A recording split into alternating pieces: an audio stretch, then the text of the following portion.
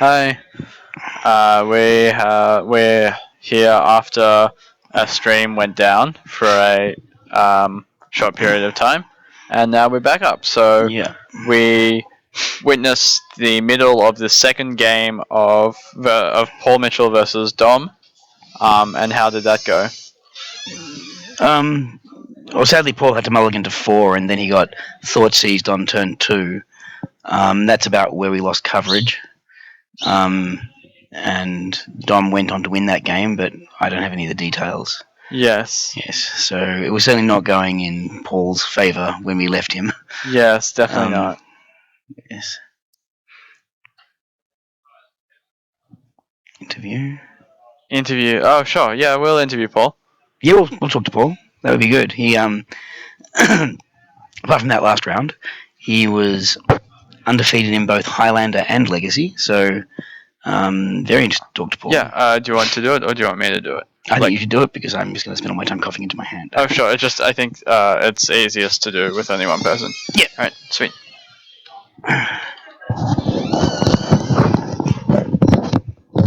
Sweet.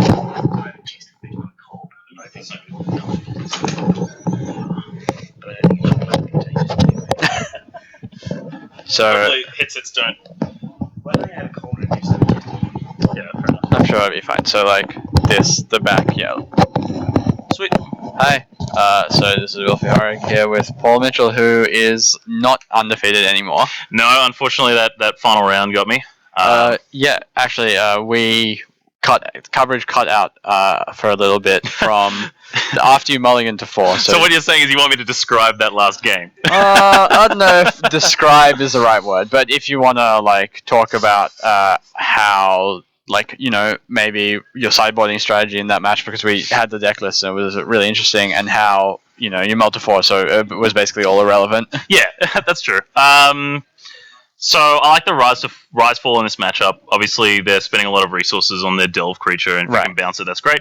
It's also just a grindy card. Fall, I think, is undervalued. A lot of people think about the bounce mode. Oh, okay, yeah. So if fall, if you know your opponent's missing land drops, Right. or you can back it up or something, you can just attempt to arc them, which is pretty great. yeah, and being able to snapcast, use one side and then snapcast to the other side would be pretty sick as well. That's pretty great. I like the dispels and the terminates come in just because you have big creatures. Right. I like taking out some of the combo. In game 1, he didn't see any combo cards. Oh, so you thought he might have actually not known? Well, he told me afterwards. He actually didn't know. Oh, okay, because we didn't hear. We have the deck list. Yeah, so. yeah, exactly. Yeah. So he, he didn't see any of the combo in game 1. I like losing some of the combo pieces. I'd consider taking it all out, but I thought, I'll leave in like 3 Deceivers, 2 Twins. Yeah. Because I've got a lot of the good grindy cards here anyway. And I actually did a little better in that last game than I thought I would. Right. Even with the multi-4, obviously it's a handicap. But I had enough cheap interactive cards. I think I had a couple of Dispels, Right.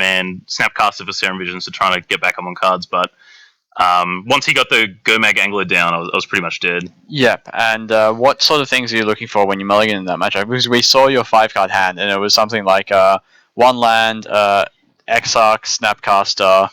All expelled. It might have been 2 Tassigers. Yeah, something like that. Like, you had 1 land and 4 cards which were good in the matchup, so but of course you can't keep any hand where you're likely to miss your second land drop, right? Yeah, it's rough. I mean, obviously the Scry rule makes it a little better. And as I was going to 4, I was thinking is that 7 hand really so bad? Well, yeah. But I've been trying to be a little less greedy. Generally, I think, I've got fetch land Serum Visions, so I've got a lot of looks to find a land, right. But one way I can lose this matchup really easily is just never finding that second land. Yeah, and then there's nothing, you don't even get to do anything. Yeah, exactly. So I was just generally, I try not to be super greedy with mulligans. I'm very prone to, especially with the new Scry rule. I think I'm incentivized to there. But yeah, the rest of the day went really well. This is actually the first round I've had of Modern. Right, because we noticed that you had a bye in the first Modern round, right? Yep, exactly. Yeah. So coming into the tournament, I thought Modern would be one of my strongest formats. Oh, okay, sweet. That hand in hand with Highlander. Right. Not much of a legacy player. I noticed a few people out there were a little objectionable to my choice of Dredge for Legacy. Yeah, like I wouldn't say that it would be my first choice if I didn't know anything about Legacy, just because of how like complex the interactions are. Yeah. So I think I wanted to pick something that was very powerful, presented a lot of threats. I've tried playing Miracles before.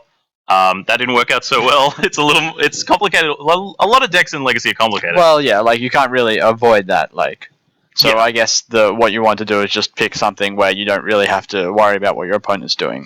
See, that's what I thought. Oh, okay. And obviously Dredge is still very much in that camp. But I started testing against people and playing actual games. And I was playing a game against Stoneforge. Right. And it's like, oh, I'll get Batterskull, play Batterskull. I'll get Jide, equip Jide, get some counters. And I'm like, this is what I care about Batterskull. And he's like, shoot my own Stoneforge, break up your bridges. I'm like, this didn't happen when I was goldfishing. So that was the number one thing I had to look out for, was not getting my bridges screwed up. Right, and it can happen like incidentally, and like when they realize they're playing against Dredge, half of their game plan becomes try to minimize the impact of bridges, right? Yeah, exactly. And there are a few flexible spots in the deck that I've been trying out. Some people play the Chancellor of the Annex, right, which is the one like you reveal it in your opening hand and it taxes them on their first spell. I've been playing Contagion. Right, which is a pitch spell that gives things two -1 counters. You get to distribute two -2, -1 counters, which conveniently is enough to take out a Deathrite Shaman or a Scavenging Ooze. Right. Which is the most main deck hate you'll find. Of course.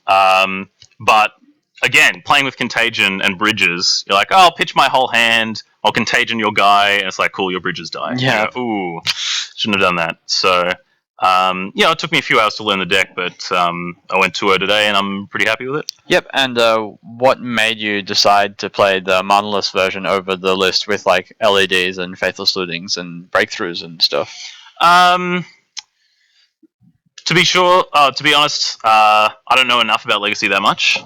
What's the main difference? Oh, okay. I just thought that most lists I've seen in the past, instead of trying to draw and discard, play Lion's Eye and Faithless Looting so you can get started more quickly. Like rather than having to wait on your turn 1 to discard, then on turn 2 dredge 1 card. If you can play Lion's Eye, sack it, discard your hand, and then play Faithless Looting from your graveyard, or Deep Analysis from your graveyard, then you get to start looting, then you get to start dredging, like immediately, basically. And I think the only drawback is that you don't have as many slots for, like, you have to kind of compress some of your. You can't have like the Balustrade Spire, which is like, oh, whoops, I just won. Yeah, you have to compress your combo a little bit in order to have more more consistency, cards, or at least once people know what the plan is, say it's game 2 and they choose to be on the draw. Yeah. Go, okay, exactly. well, I'm just going to pass the turn back. They get to draw.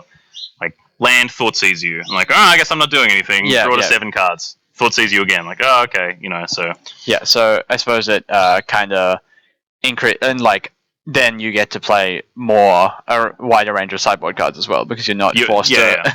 Yeah, my sideboard has the Chancellor of the Annexes, Mindbreak Trap, and Ashen Rider. Mm-hmm. But I think the Ashen Riders I got from a list, from a month or two, maybe more ago, when Sneak and Show was more popular. Yeah, of course, yeah. But I think with the banning of Dig Through Time, I don't think anyone's on that deck. Right, no, you didn't see any copies today? No. Okay.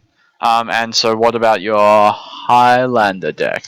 My Highlander deck I've been playing for a while. It's Blue Red Moon, so it plays Blood Moon, Blue Moon, and Magus the Moon. I've been doing pretty well with it over the last couple of leagues, so say 6 months. It's very my style. You saw me playing Modern. Right. I do like my Remands and my Electrolyzers and stuff. They're the best cards. Good. Yeah, it's someone else. I've been tinkering it for a while. Right. I've seen versions that play Goblin Guide, Rabble Master, or Threats. Okay, and try and close out the game while they're locked out with your moons, right? Yeah, exactly. So it's just one more threat in an arsenal of many. Whereas I like a more controlling version. And I've been doing pretty well. I've been trying out a few other Highlander decks. Highlander's really a format where you can brew quite a bit. Yeah, and it does seem kind of quite open. Yeah, and just seeing, even today, there are a lot of people who maybe were invited here because of their experience with Modern and Legacy. Right. they aren't so familiar with Highlander. So, a lot of people out there are playing Crazy Brews, and it's really cool to see what people come up with. Right. And of course, it would be the hardest. If you didn't know much about Highlander, it would be the hardest format to just choose to net deck something, right? You can't just go to SCG and say, I'm going to look up the latest top 8. There are places to do that, to look up Australian Highlander stuff, but it's just less prolific. Yeah, the depth of available information is much smaller. Yeah. And a wonderful host is going to link one of these resources for Australian Highlander in the chat, which is very nice of him. And nice. So you should go there. Yeah, that's it, definitely. Yep. If you want to know anything about Highlander, but of course, as I said before, in terms of how much information there is available on the internet, it's much smaller than Legacy and Modern, where there's a huge range. Yeah, definitely. Cool. Was there anything else you wanted to say about your matches before we drift into the ether and wait until the top 8?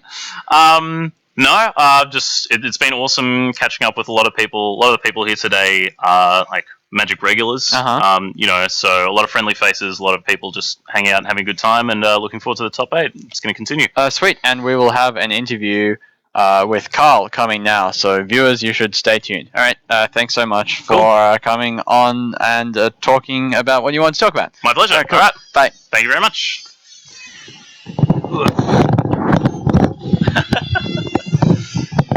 I think Carl will have the same problem of getting caught up in his head.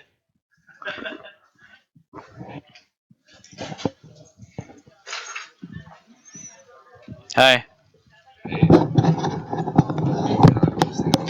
So the back, that. Yeah. Cool. After some technical issues, we're here. I'm Wilfie Horrig, and we're here with Carl, who has just made it into the top 8 of the Invitational. Hi everyone. Good to be here. And so, what was your final record? X11, so 4 wins. 4 wins, and did you draw just then? Yeah, I just drew nice. with my opponent. And so, what decks did you bring? We'll start with, we don't have your deck list, but we'll start with Highlander, since that seems to be your forte. Okay, so I brought Zoo, as per usual. Yep. I was a little less greedy with the mana base today. Right, so you want to play an extra color, or? Usually I want to play, 2 black lands, maybe get some black cards in the sideboard, like a Barbarian Ring main, maybe just some other normal, Scars lands, untap things. Yep. But today I just decided to play a bit more basics. Right. The field seems a bit Blood Moon heavy right now. Yeah, worried about the Red Menace. Yeah, the Red Menace. And so those changes worked out well for you? I versed the matchup, and then I lost to it. Oh, well, I played heaps of basics, and I didn't lose to Blood Moon. I was back to basics. So. Of course, you played 2 rounds of Highlander in the entire thing, so it's hard to say, Yeah. But that went well. And then how about let's go with Modern. Okay, Modern. I played Infect. Oh yes, that's something which has been popping up on a lot of people's radars lately. Yeah. I'm pretty new to the deck. Yeah. I versed Grixis. Okay, control or control? Yeah. With Twin. Oh, Twin. Okay. Yeah, sorry. No, it's cool. Cool. And so, how did that go? Did they manage to combo you? Because it's they comboed me once. Yeah. I just saw him rip anger into the combo. Okay. It was pretty rough that game. Yeah, because I have to imagine that Infect doesn't have a huge number of interactive spells, anti-combo cards, right? No, after board you actually have quite a few. Yeah? Also, you can use Spell Sky. No, you've got a protection spell you can use on this. Oh, Apostle's Blessing. No, Vines of Us. Yeah, you can use Vines of Us to give that dude right, so stuff. You definitely can. You have just incidental ways to break up. I also play 2 Spell Pierce main. Oh, okay. Yeah, I play Dismembers in the board. Okay, cool. So actually, the combo is not. Well, I mean, it probably still is their main plan against you, just because having to assemble only 2 or 3 cards to win is much easier than trying to grind you out. Yeah. But it's not. You wouldn't be as soft to it as you might expect. No. Cool. And then how did your second round go? Did you say your first Modern round was against Twin? Twin. My last second modern one, I did into the finals. Oh, okay, of course. Oh, right. It's been a confusing day. That's okay. Okay. And then your last match was Legacy. Oh, we'll go over Legacy finally. How did that go well? Yeah, Legacy went quite well. The first match was a bit tight. I think I misplayed once. Oh. I was playing Infect again. Just didn't want to mix it up too much. Yep. Try to stay in the groove. Did you have to proxy one entire copy? Yeah, I proxied the entire deck. Yeah. Wasn't going to muck around trying to source other cards. Yeah. It went well though. Can't seem to draw Brainstorm. Seems relevant. Yeah, it does seem important if you're playing a blue deck in Legacy, or any deck in Legacy, really. That seems to be the way it goes nowadays. Yeah. So I versed Grixis round 1 again. Versed Dom. That was really tight. I misplayed and I protected my guy with Invigorate when I really shouldn't have. My matches. And then we went to time and I won in turn 5 with that one. Oh, okay, sweet. Yeah. Brainstorm to hit like the last Invigorate to get it. Last pump spell to win. Yep. Cool.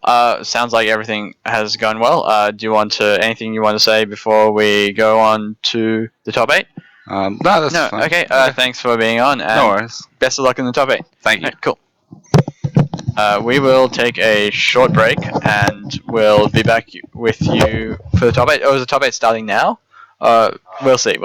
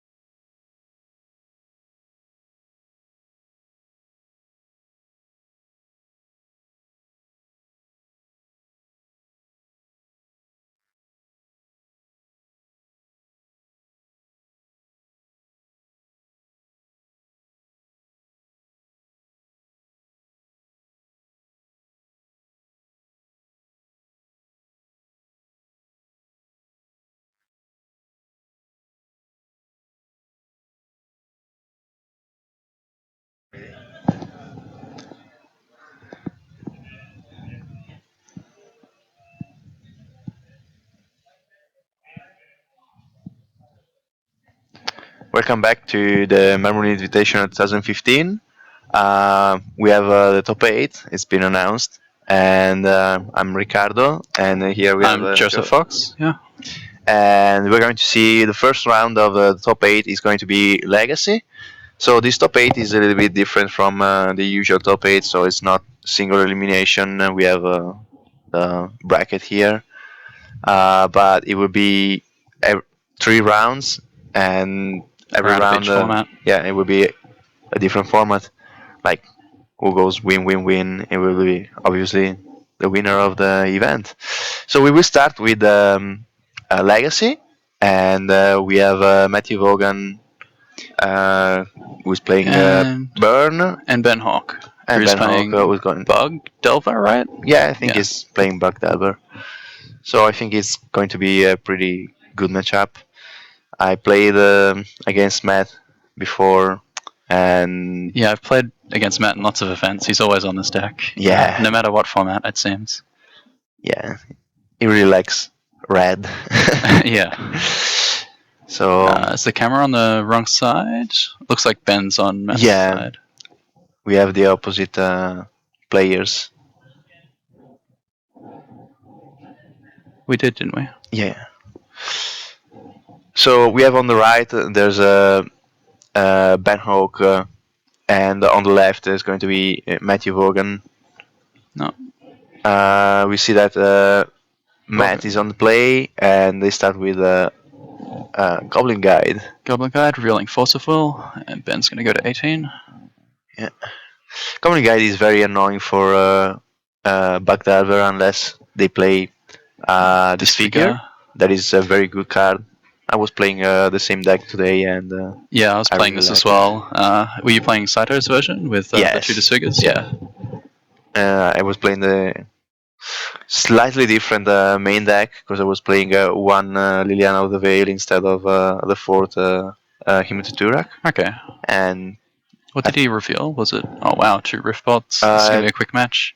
think that still there's a Stifle in hand for Ben, so he can counter that Yeah, he's that trigger.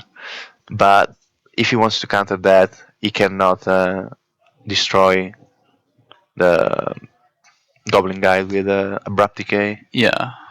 We see a Brainstorm at the end of turn. I don't see why he didn't cast it before. The Goblin Guide to draw an extra Yeah. card. Would he have to discard possibly?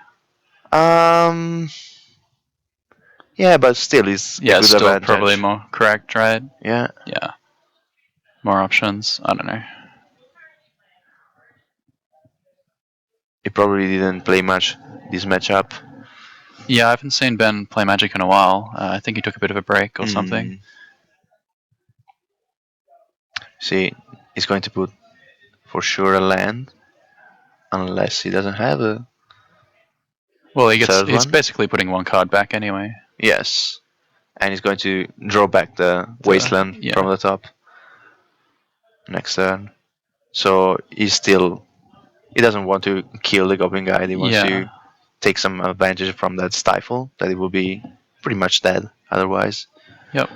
Passes a turn, triggers.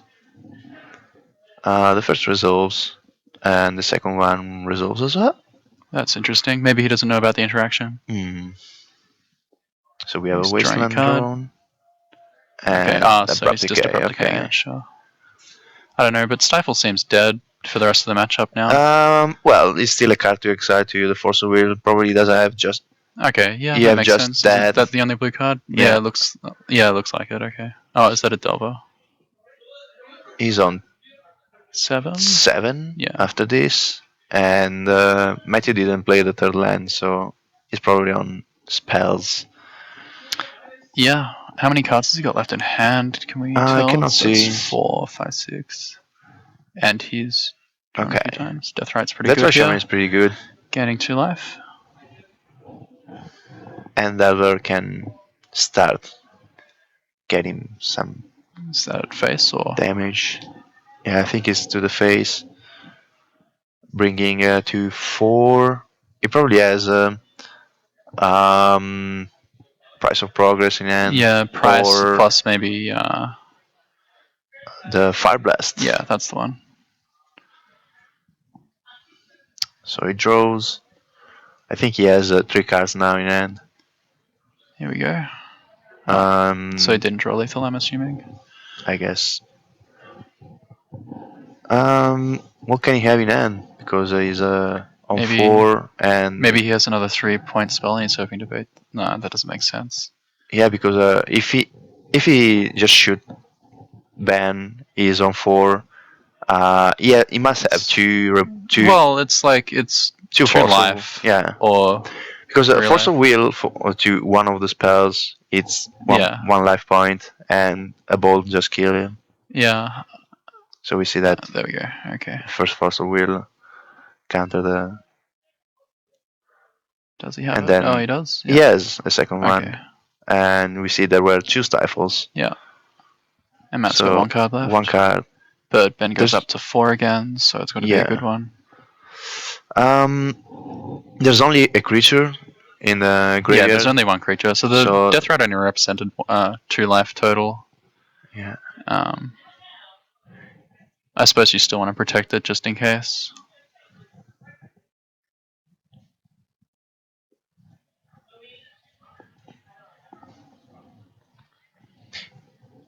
Is that to a lot of things? Yeah, if he's not dead to price, he can wasteland himself, which is always a fun line. Oh, he's playing a basic island. I never saw this. It's not a deck that can afford to play basics, but Yeah, think I wasn't running any. yeah, no, I wasn't running either. Ben's version seems a bit different. He's running Stifles. Yeah. So I think there's a days reveal from Yep. Oh, Ponder? a Ponder. Okay, That's that's a lot better. much better. Yes. Spell Pierce is very good in this moment. Yeah, I'd like to draw both of them. Yeah. Unfortunately, you cannot. So there's 1 card left in hand for. Yeah, he's Matthew. had 1 card the whole time. I'm wondering if it's maybe a Sulfuric Vortex and he just hasn't had the mana for it. Right. I saw that he was playing exquisite Firecraft. Okay, that's a new one. That's the Yeah. The Deal 4 can't be prevented. Yes. Oh, he's got the Fire Blast now. I think he has a price of progress, so he wants to cast Fire Oh, it's Searing Blaze. Okay. Searing Blaze for 1 damage. Spell Pierce. Well, it is lethal. Yeah, price left. Okay. Right. Ben's getting on the beatdown. Exiling the Searing Blaze. So we have Matthew on 14, I guess. Yep. Now Ben's got a dead top deck next turn, so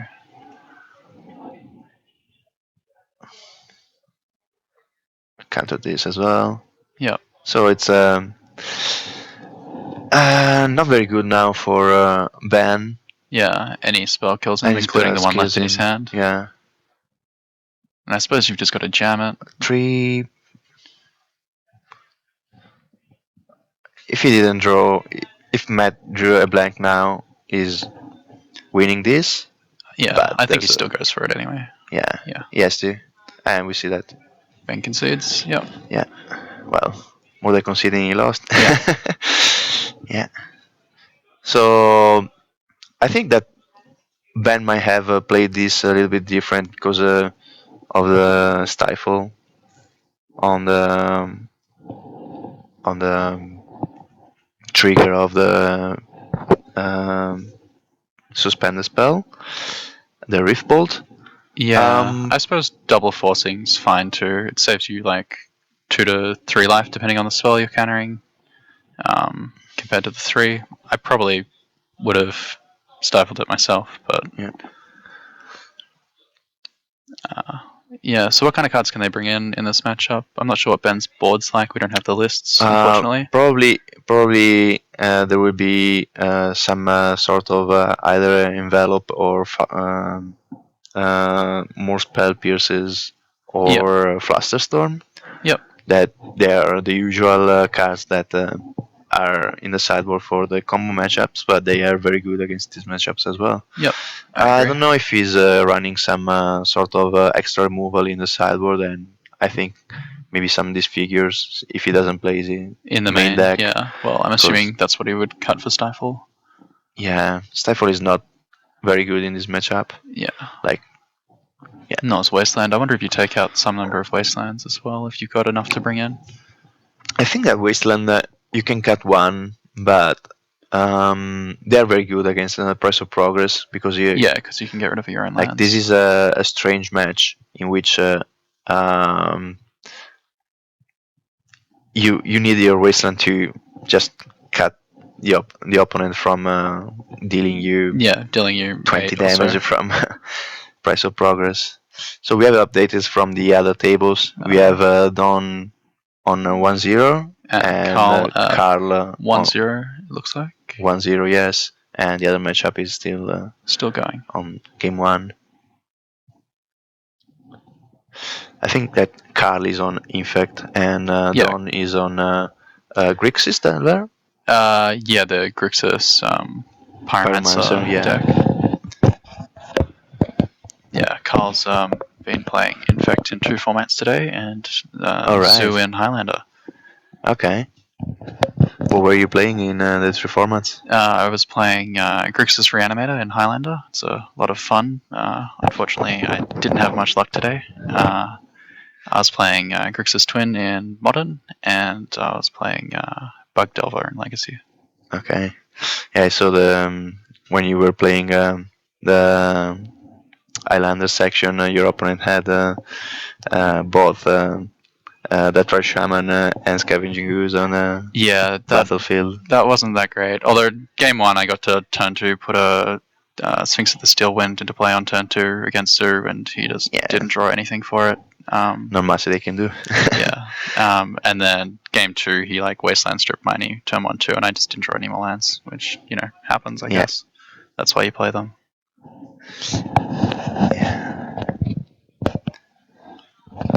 Okay. So we still don't have the format for the semifinals, but it would be either Modern or Highlander. I think Carl's hoping he makes it to the finals, and it's Highlander in the finals, because that's his best format. It seemed to me that a lot of people didn't actually want to play Modern today. That was everyone's most reluctant format to play. I can see why it's a bit stale, and it seems like there's a lot of combo decks that sort of don't interact, so you don't really get to play many actual games of Magic. It will be still a good test for the GP that is coming in March. Yeah, in March it'll be good. It will be a little bit different format because there will be a new set. Yeah, and they'll I don't know. Possibly be banning before then as well. What can be banned now? Twin? Yeah, Twin could be banned to change the format. Maybe Summer Bloom or something. I think there's the next Pro Tour will be in Modern, so they might pay more attention to the banning list. Well, they seemed to get rid of Pod last time just to shake up the format a bit. Maybe they'll do something similar this time. And last GP, there was a GP Modern last week, and we saw that 3 Twin made it to the top 8, so they might decide this time. Was it 3 different types of Twin, or was it 2 blue-red and 1 blue-white red? There were 2 blue-red and 1 Jeskai. Yeah. So I am quite surprised that I didn't see any Grixis, that I think is the best one. Yeah, I think Grixis is the best one. I'm not sure.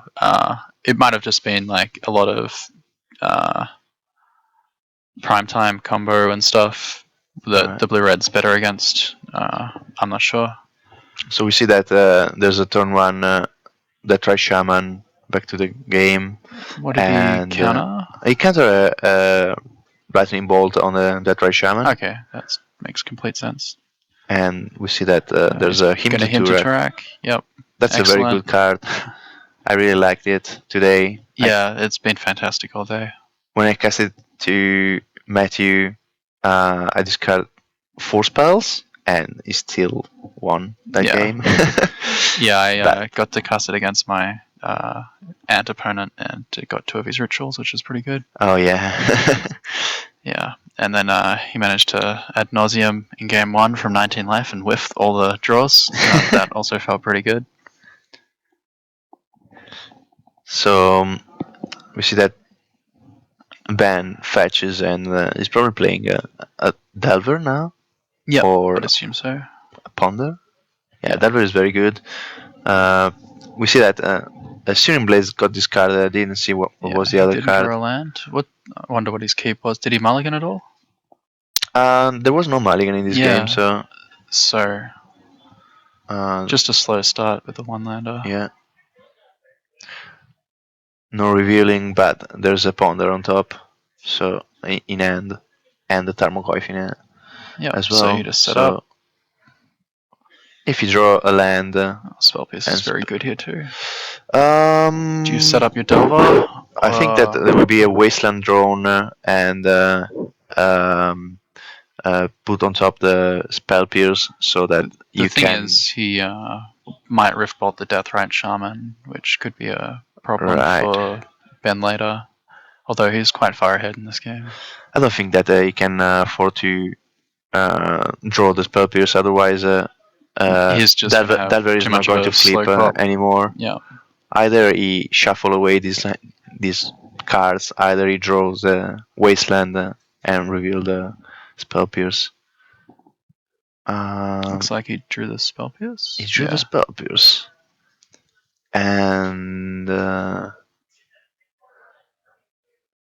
didn't like much this line, because you might get one spell, but there's a Tarmogoyf in your hand, so Yeah. you're not putting a very fast clock.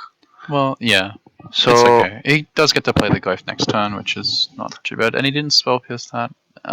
Okay. yeah, I don't get what's happening here. Well, he didn't. I suppose he can couldn't- save he it for couldn't- later, but if Matt floods out now, which, although he did miss a land drop, so I suppose it makes sense. It's going to hit almost every card in his deck. And I suppose there's more value than saving the Deathrite. So if he was playing the Tarmogoyf in hand, drawing the Wasteland, now he would have a Tarmogoyf Yep. and a flipped Delver plus the Spell Pierce in hand. So it would have been a very good turn now. Yeah, I think if you're not protecting your Deathrite, then there's no point of drawing the Spell Pierce. Like, you're at a high enough life total that you don't really care too much what he plays. This is a very strong card Yeah. in this board state, especially, because Delver is not going to flip him next Yeah. turn, and he will be on. Also, does it shrink Goif? No, there's Ponder and Ben's graveyard. Yeah. That's okay then. If he's safe, there's a 4/5. I wonder And if he it's just going to- trades. I doubt it, but I don't think so. No. He can still kill. yeah, he's on a high enough life total. I think offering the trade is very good there, because Yeah, you do 1 damage. There's still a Spell Pierce in hand. yeah, it's still a Spell Pierce. It's a good clock. It's a Matt's got It's a strange 2 cards in hand? situation now, because you have a Barbarian Ring and a Grim Lavamancer. Yeah. They don't work very well together, but Is he playing fetch lands? I haven't seen it. yes, I think he's playing like The 12? 12 Yeah. fetch lands, 1 Barbarian Ring, maybe 2, and the rest is just mountains. There we Yeah, go. we see a fetch land. You should have 4 or 5 cards. Paul Okay. gets the 1-0. Yeah. Paul. Is he playing Manaless Dredge, I believe. Manaless Dredge? A very strange choice. I'm surprised that matchup took so long. I thought it would be the first one finished. Julian is playing Black Delver as well, I think, with Yep. the Saito list. Okay, there's an attack for 9 now, Yeah, Bendra another Delver. and he's a pretty safe shape. Yeah, He's on 18 life, 2 one-sided games so far. It seems like. 17. So, and a Spell Piercing hand that is a bit dead now, because there are 5 Yeah, lands so many on the lands. opposite Yeah. Again, why the side. play wasn't the best if he wasn't saving his Deathrite that turn. He can still go for let's assume that there's a fire blast. So he goes fire blast 4 damage. Activate barbarian ring 6. Here we Activate. go. Killer Glyph? Or just face? Oh no, he cannot kill a Goif like this. You just go for the face. So it's 6 damage, 8 damage.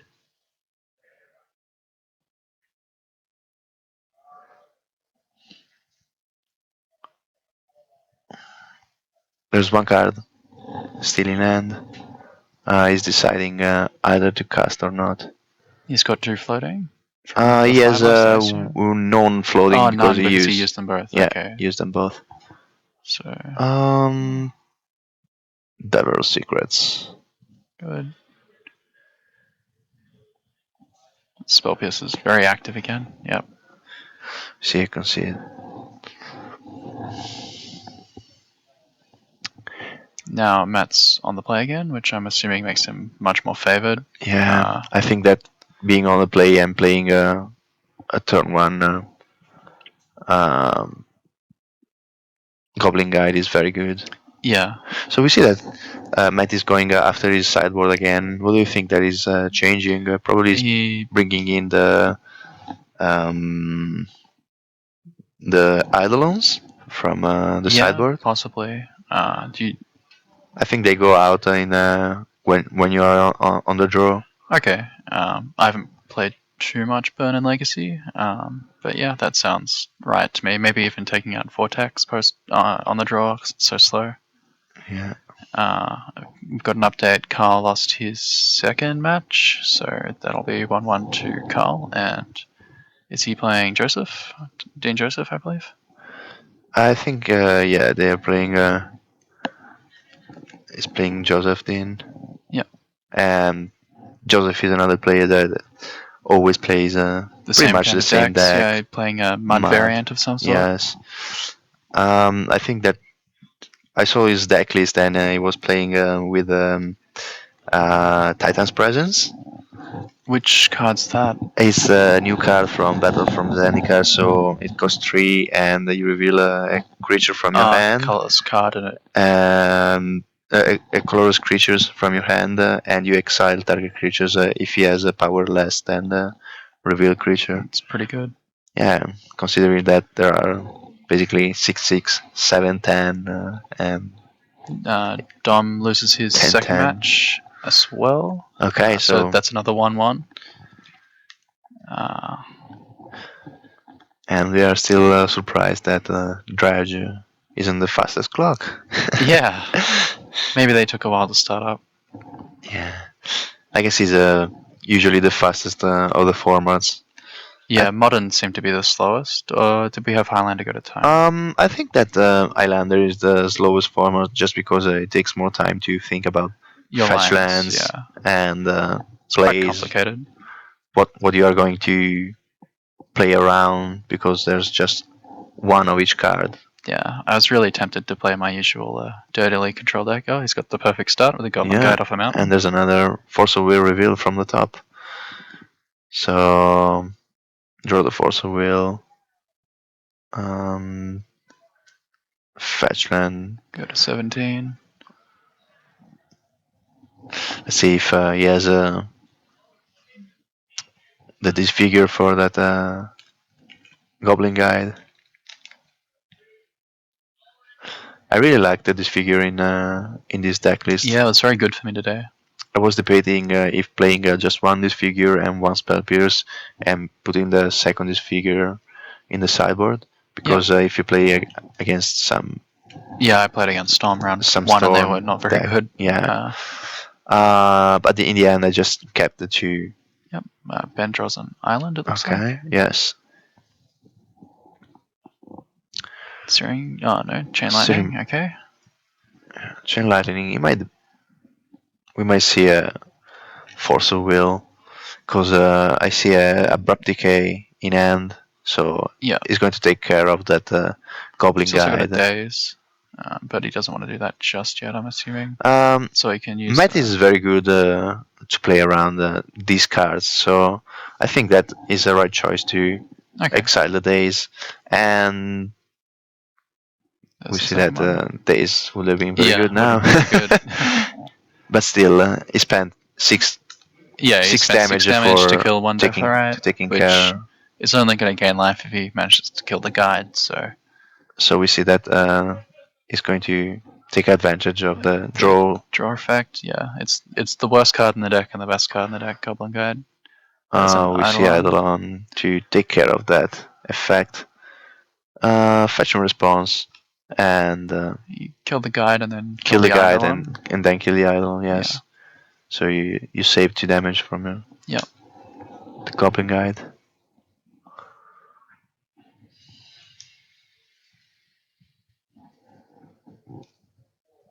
There's a second abrupt decay there.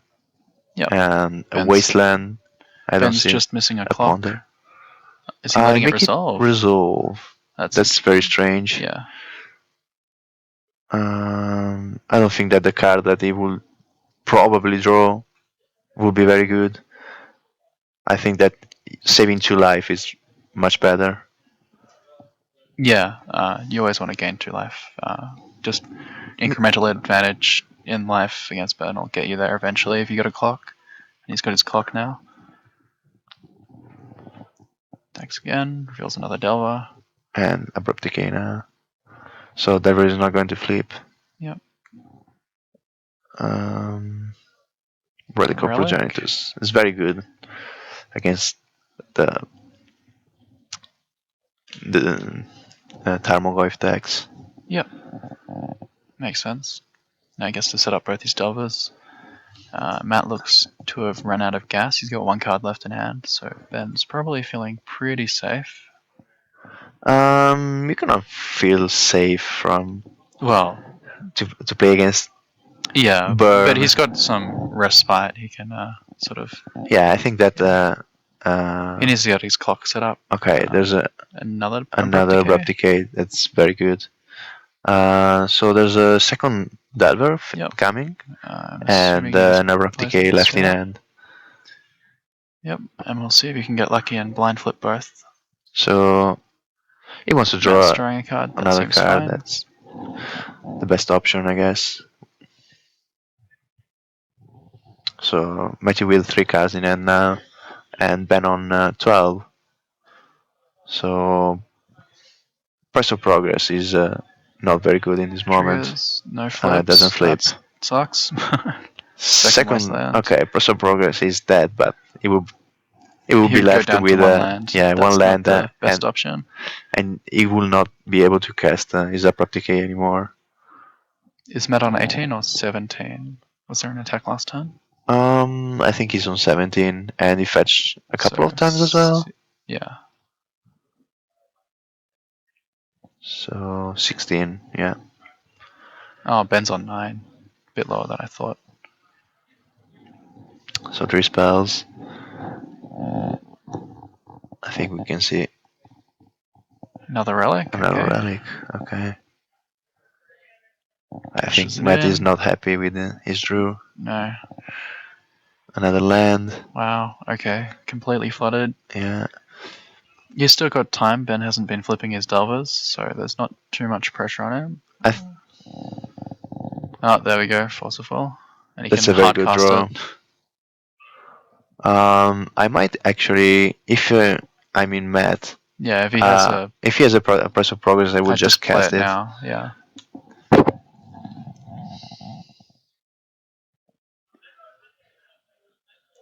So Matt is on 9 now. On 10. Yeah, on 10. He was on 16 before. 2 turns. I wonder. Full attacks. Yep. Sulfuric Vortex resolves, and Suspended Riftbolt. yeah, there's a replicate take care of that vortex, so that's pretty good. Yep. And he's going to probably just cash in that Force of Will. There's a brainstorm in hand. I don't think it's a good I don't like thing. No. I suppose. Two. Do we know what's in Matt's hand? The last card. No, we don't know what is there. I think you keep the Fetchland and Force. Yeah. None of his permanents kill you at this point, I don't No. think. You have lethal next turn, seems completely reasonable. So he's going to lose 1 life and 1 card just because he casted that brainstorm. I think that it was better to wait. Yeah. You just hard counter that. Alright, He's gonna so Fire Blast. That's pretty good.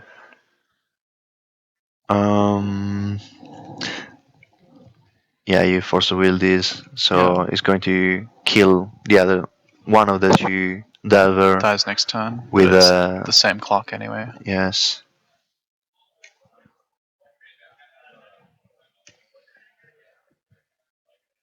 So he has to kill one of the Delvers now. Yep, buy himself an extra turn. And He could have. No, he couldn't have top deck lethal. no, there was no lethal No, for. no 5. No, yeah. And there's spell. a force of will now, so it's pretty safe. I think that Banner has this game. Yep. Yeah, we see an extinction and 2 lands from. Oh, there's an idol, but he cannot cast that. Yeah. Otherwise, he kills wouldn't be himself. able to cast anything else to kill the Delver. So Alright, so we're gonna have Ben Hawk advance on. yeah, Ben Oak. Do we know who he'll face from the other matches yet? I am not sure. Can we see again the brackets to see who will be the opponent of Ban? So we see the sideboard here. So he decided in Zuranor. Duras disfigure Zuranor. That's very interesting. very good. I guess. Carl's advancing on, it seems. He won his 3rd match. Very good.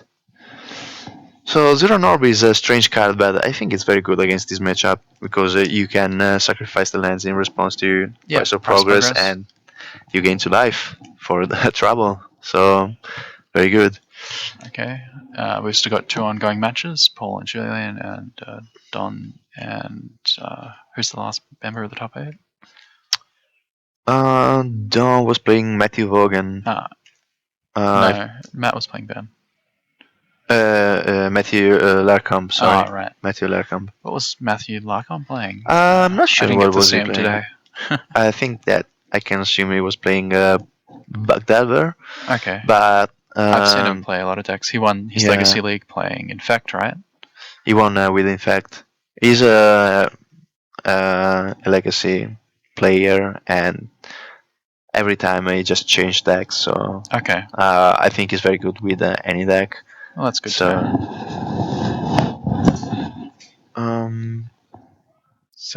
so we see that Carl defeated Dean. The matchup is strange because when Dean is on the play, he can just stop Carl playing Chalice on 1, Chalice of the Void on 1, and then it's very hard for Carl to win off that. He's only got Blighted Legion and the land left after that. Yeah. Okay. Welcome back to the booth. Welcome back. So we saw an interesting matchup. I thought that the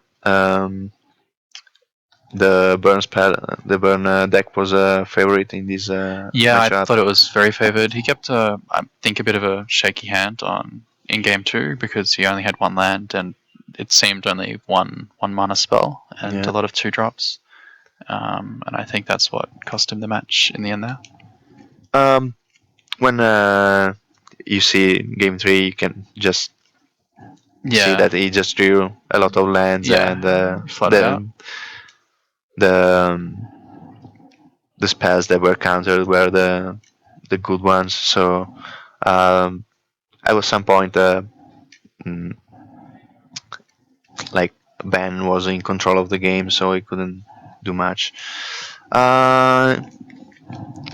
I didn't like some of the play that the lines that Ben took. Yeah, me either. But at least he went to top 4, so yeah. Well, I suppose whatever works. And there's no more Legacy tonight, so I suppose if that's the weakest format for you, it's some luck will get you there anyway. Yes. What do you know? What was he playing in the other two formats? I'm not sure off the top of my head. I'd assume Jund in Modern, but because that's his usual go-to deck. Okay. We can interview Ben now, so Yep. we can have it here and ask him about About his lines. his lines. Yeah. Zero Orb is very good. So Yeah, it's an interesting card. It's not one I thought of for my sideboard. I probably never played I just in my sideboard. always feel like never getting enough lands to make it relevant. Here we are. Yeah.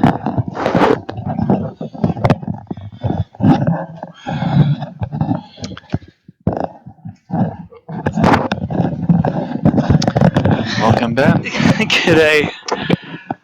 So how'd you feel about that matchup? I feel like he's pretty favoured. Yeah. I think the games I won, he was pretty flooded.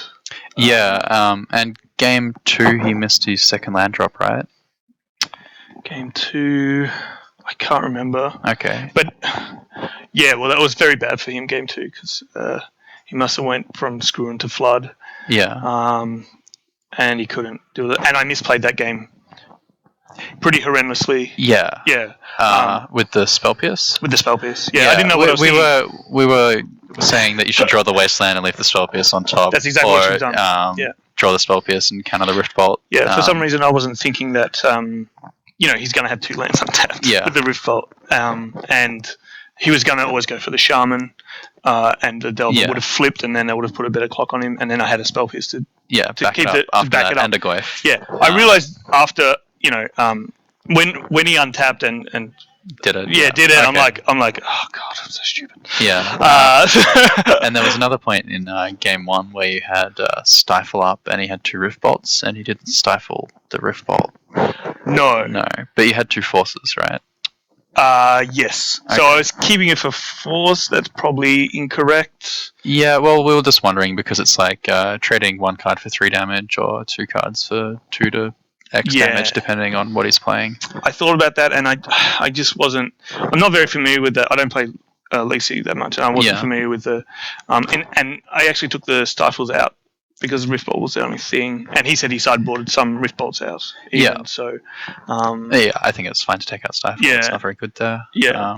Stifle's not a very good card, but no, it's brutal in Legacy with Wasteland sometimes. Yeah. So, but I feel very lucky to have. Despite my misplays and his flooding and his being favoured, it was pretty lucky for me. Yeah. So we've got either Modern or Highlander next. Do you know what are you playing in each? So I'm playing Jund in Modern. Yep. Which is no surprise, and I'm playing Mono White Weenies in Highlander. Ah, okay. Is this just in response to the Blood Moon meta? There's lots of Blood Moons, and I saw some people getting owned by Blood Moon. Yeah, so, I lost a match to it today. I had the opportunity to fetch for basics, and I just was super greedy. But too greedy, yeah. Well, it's hard. I mean, a lot of Highlander decks have moved into this 4 and 5 color meta because you just get so many more options, and those decks are much better than the Mono White deck. Yeah. And I lose to them pretty hard. I had a match on camera where I lost very hard to 3 or 4 color deck, but I have a lot of pro-red creatures. It's, it's aggressive. It's good against blue-red or red aggro decks. Which is the flavor of the month currently, yeah. It seems.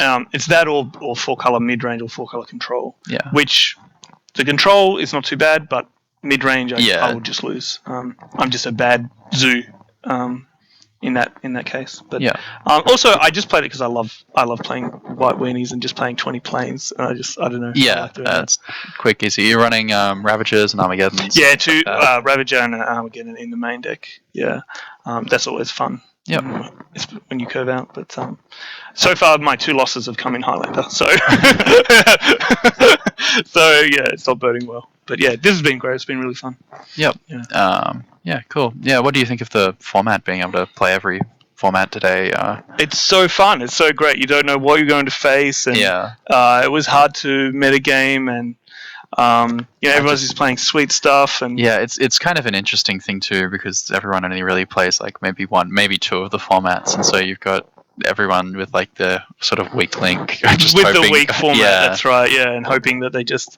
So I know Paul Mitchell doesn't play Legacy much, so he just played Manaless Dredge or some horrible yeah, it's the monstrosity. same with me. I And he just picked up a deck that 2-0'd looked Legacy nice. very easily, which is quite funny. Yeah. Yeah. That's good. That's good. I wonder if we've got his result yet, because I expected those games to go lightning fast, and they've taken the longest of They've each of grinded them. out. Yeah, that's funny. Yeah. Yeah. So, do you want to take back over? Have a break? Yep. We've got an update. Paul's just won his match 2-1, so we've only got one active match left. I believe that's Dom's match. And Dom's playing 4-color Delver, yeah? With Young Pyros? Young Pyro Grixis. Who's he playing? He was playing against. I'm not sure. Who was it? The Beard from Ben. Oh, yeah. I got that's gone. I've cleaned up for the camera. Matt, that's right. Oh, yeah. Matt's playing Painter, Mono Red Painter. Oh, excellent. Yeah. So, pretty weird stuff. His Blood Moons are pretty dead in that matchup, right? Trinisphere. Oh, no, they're okay, I guess. Yeah. Yeah, Pyroblast, yeah. I guess we'll take 5 minutes and come back with the next match when they're finished.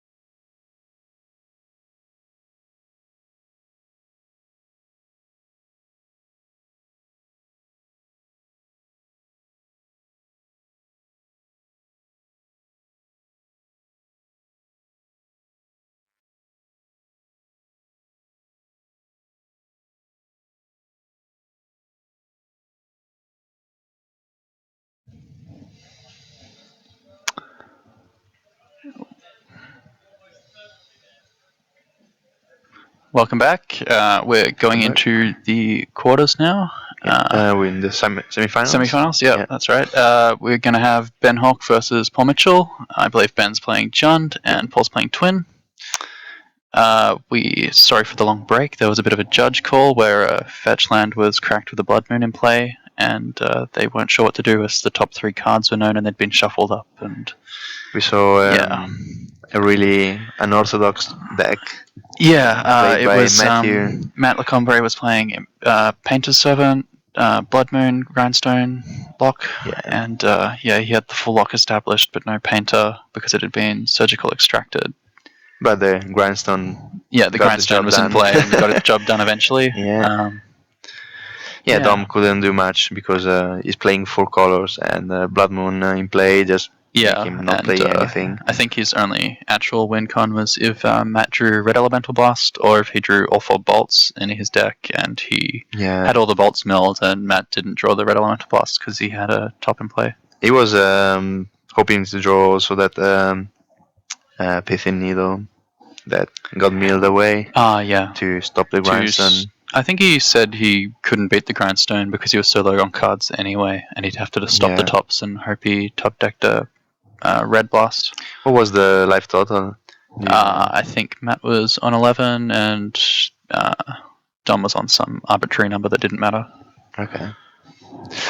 Okay, so now it's Modern. Even though it's semi-finals, all the tables are still playing because there is no single elimination. Yep. The top 8 works out like a draft, so you've got win-win-win for first, win-win loss for second, and so on.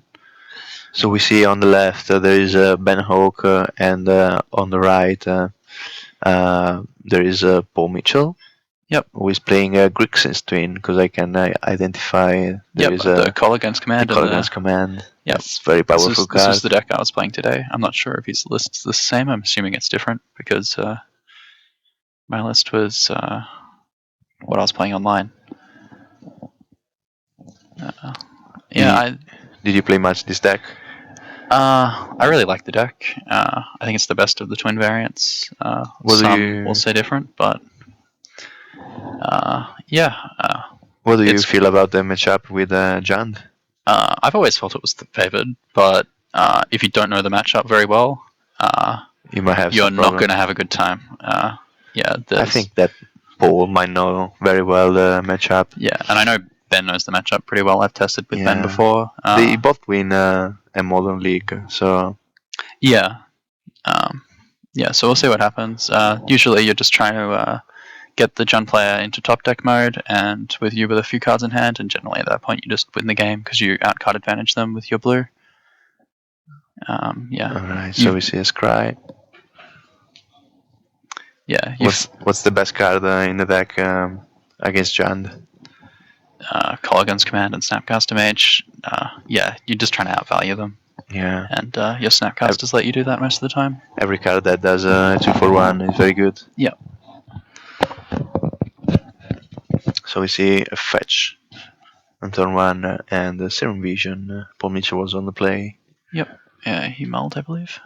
Yeah, he mulled 1, so that fetch land just did nothing for the Scry. Yep. But there's a Scry 2 from the Serum Vision and Little Seas. Yeah, Junk has a much better twin matchup because it gets access to Lingering Souls and Path. Path is a very good card. Yeah, much harder to play around. They also, I'm pretty sure, run the full 4 decays, whereas Jund substitutes some amount of them for Terminates, which can be Spell Snared, and Bolts, which aren't that great against Deceiver. Yeah, but I think that the metagame is a metagame call because of Tasigar and the other Dark creature. And Cormac Angler. Yep. So I'm pretty sure you take the command here. Yeah. It goes for... Okay, maybe he has a Bob or something, but I don't see how that changes much. I don't know. Command just feels like the better card. there was a Bob reveal from the hand. Okay. He slipped away, so I think that he's fine with giving up Paul to use his third turn to make him discard a card and kill Bob, but he doesn't want to take one damage and make Paul get back one card. Yeah. While he kills his Bob. Yeah, that's fair enough.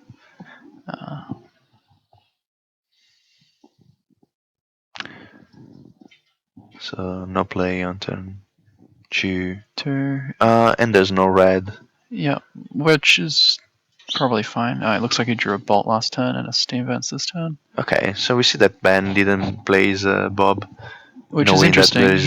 He saw no counter magic. Maybe he wants to wait for discard to get rid of the Colligan's command, or probably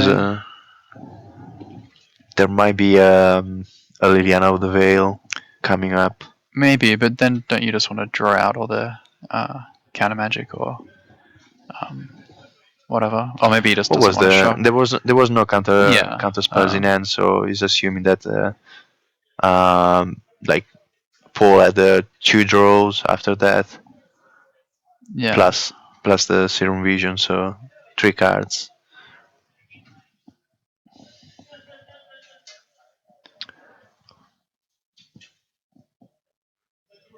He fetches a black red source, black grave. So he's probably got the green in hand.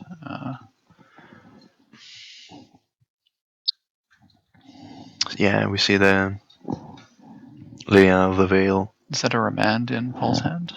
I cannot see very well. There's a forest in hand. For Ben, yeah. For Ben, he's trying to understand what's the best line with his hand, with his lands. So he wouldn't. Is that a treetop? No, just a forest. Okay, a forest. And so Liliana of the Veil. And there's a remand. Yep. Okay. No, I don't think he does need to be that conservative. You don't want to get into getting snap bolted range, but the fact is that he could have played his Bob on turn 2, and Paul drew the bolt, but Ben doesn't know that, and I think you just want to sort of jam a bit. So now he has a Snapcaster remand up. Yeah. We don't know if there's a Snapcaster, but I can see one. Ben doesn't know. Yeah, and Ben's just sort of getting time walked here with the remands, which is really where he wants to be. He may get to play 2 spells now. Yep, he might just go Bob into Bob to play around the remand. Oh no, he just passes. Interesting. Pass. Do you think that Ben? What kind of game is Ben playing? I'm not I think sure. he's playing the Mitchell's game. Yeah, this is exactly what the twin deck wants. This wants to hit land drops and go long against this matchup. Have a lot of cards in hand. Yeah, he didn't really have any pressure before it. He just gets a chance to draw into it now. We think he drew the Snapcaster Mage, so this is just getting better and better for him. And he's still got the Colligan's command, so he's assembled the combo. Probably Ben doesn't want to stop. He doesn't want to use his lands, otherwise he loses to the combo. Yeah, I don't know. He did Thoughtseize and didn't see any of it, and he has seen some of the cards Paul's drawn in the remand and the Serum Visions. There were a lot of cards drawn. Yeah. So we see another land and another fetch from Ben.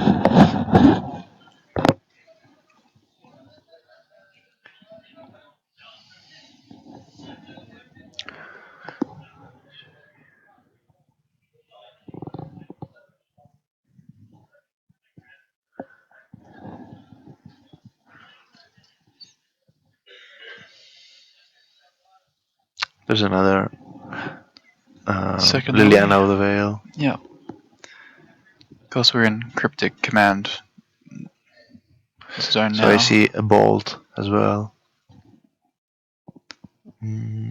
He really values his Does he have another land? Because he could just try jam the Lily and then get the Bob in, or the opposite. yeah. There's a land. Displays that it says go. Okay.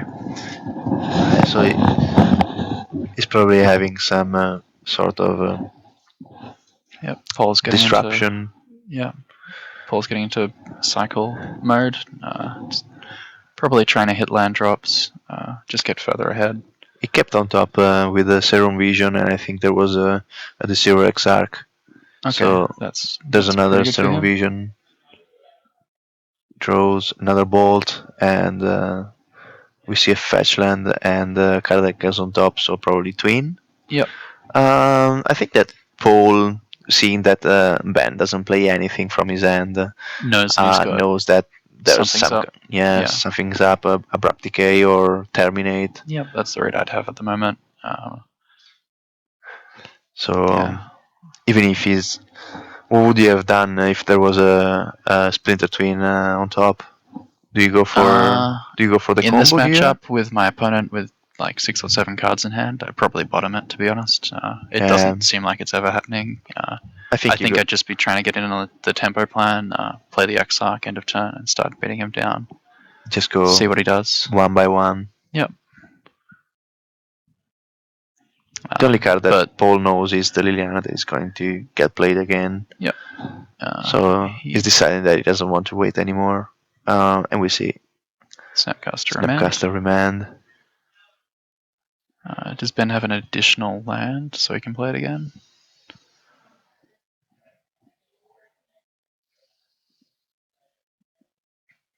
He drew another Snapcaster, it looks like.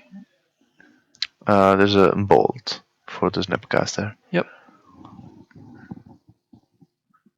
I think that bolt is fine. It's fine here because maybe he's playing out the Bob. I think bolt is the right choice here because the Zero XR cannot get killed by other spells. Yep, although he could be playing around Pestamite or just saving it for like. Sometimes they run a one-off V-click. I think there's a second generally bolt pretty in hand. dead in hand. Of course, Paul's still got that Colligan's Command in his hand from turn 1 that Ben saw, which will get back the Snapcaster eventually and start all kinds of shenanigans again. Yeah. Get back Snapcaster, Colligan Command. Yeah. Yeah, I think. Yeah, so now Paul, if he wants, gets to shock the Bob. I think there's a lightning bolt coming for that Bob. Yep.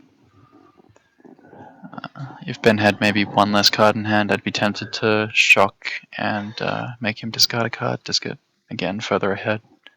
So there's a Remand in hand, and I think he drew Vendilion Click. Yep.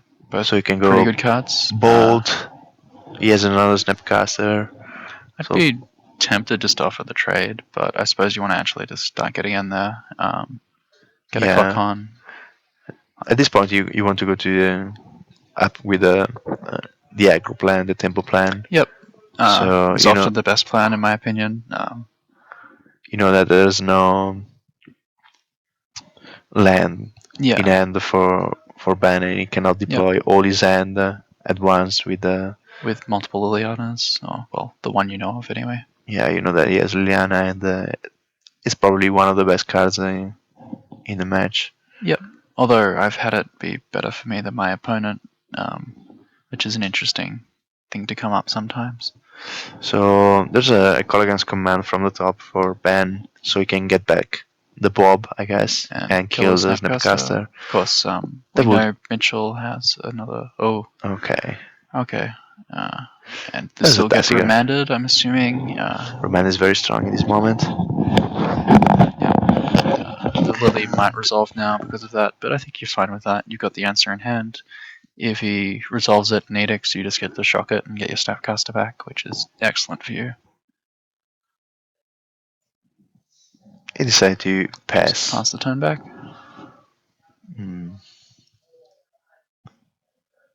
He's just because thinking Paul about has playing the Deceiver Exarch yeah. out. I think that's the correct choice. Oh no. Oh, there's a There's a Venerian Venerian click. click. Okay. He's probably going to use now the Corrigan's command. Corrigan's command chew to the Venerian click and discard a card. Yep. It's probably the best line. Yeah. Chew and discard a card. Sure, and there's an island. An island. That's good. It's very good It's discard. probably holding it up in hand Yeah, for so the we Lily. see. Oh, eventually. 3 Liliana. Wow, 3. Doesn't have outside of Tassica though. He doesn't really have a clock. So maybe you just take the No. Tassica here. Yep. Multiple lilies are pretty dead, and you've got the K command to get back anything they get after their resolve anyway. There's Abrupt Decay, so he knows that he's playing against Abrupt Decay if he wants to go for the combo. Yeah. But I think that he already I think he abandoned the plan. Yeah. He should have Bolt K command in hand. Yeah. So get the Tassica, just take yes. the Tesco. Keep on the beatdowns. 3 Liliana Is very pretty good. ridiculous, yeah. You can probably think of it as 2 because one of them will get discarded to the other, but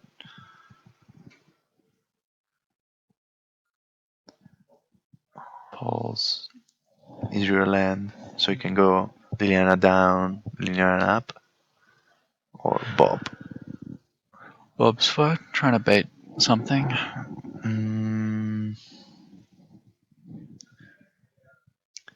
Carl won his first match with Infect, so he's 1-0 now against Matthew Larcombe. Yeah. I'm not sure what Matt's playing in Modern. I know that he was playing Twin in Highlander. In Highlander, wow, that's Yeah. different. It's not something I see too often. It's not super consistent in the singleton formats. So he was playing Time Vault. So he was playing Time Vault with the Imperial Recruiter and the Twin combo. Okay, that's so pretty spicy. Like you can untap the Time Vault with Passer Might or with the Deceiver Exarch to gain 1 turn. And we saw Colligan's command to get back the V-click. The V-click targeted Ben, and he's just got the 3 lilies left. So Paul's got a Remand in hand and a Bolt and 1 other card. Remand is not very good against 3 Liliana now because especially now it's just that a he can cycle. Just play it again. Yeah, I had that match against you where I got to cycle my 2 Remands and my own Bolt. Yeah, I couldn't do much there. Yeah.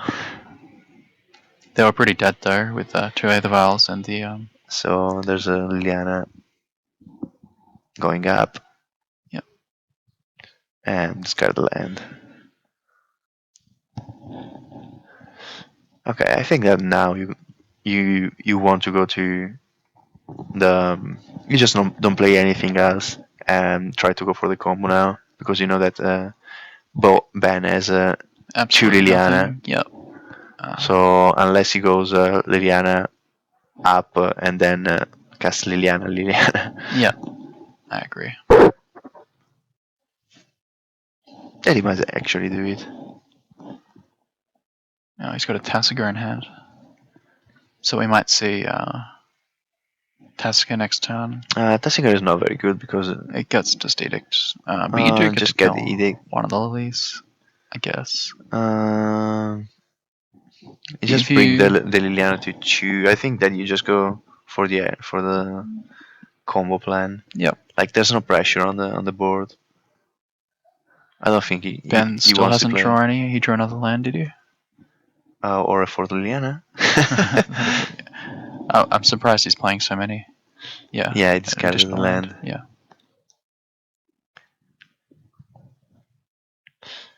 Another blank. Passes. A treetop. No, another fetch land. So yeah, we see this card from. I think that Paul Yeah. knows that he has to keep I kind cards of in hand. don't mind the Tasca play because you get to have him down tick the Liliana to get him away from alt mode, and you get to activate it to draw a card anyway, so you get a card ahead. The that fact is exchange. that he has a land. Yeah, he's probably going to just get 3 lands now with Liliana and then playing another Liliana Yeah, turn on off the the second combo main completely. phase.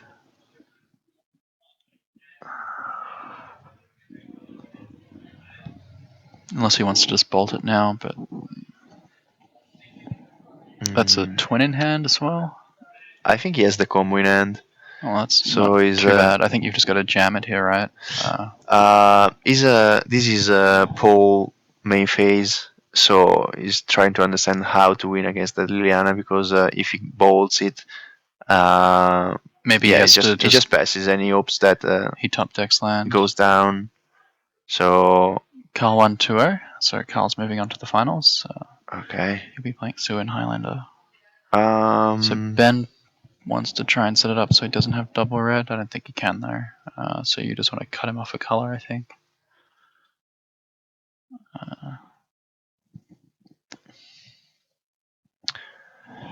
Paul Yeah, just I think checking that, that he does indeed go down to 3 lands.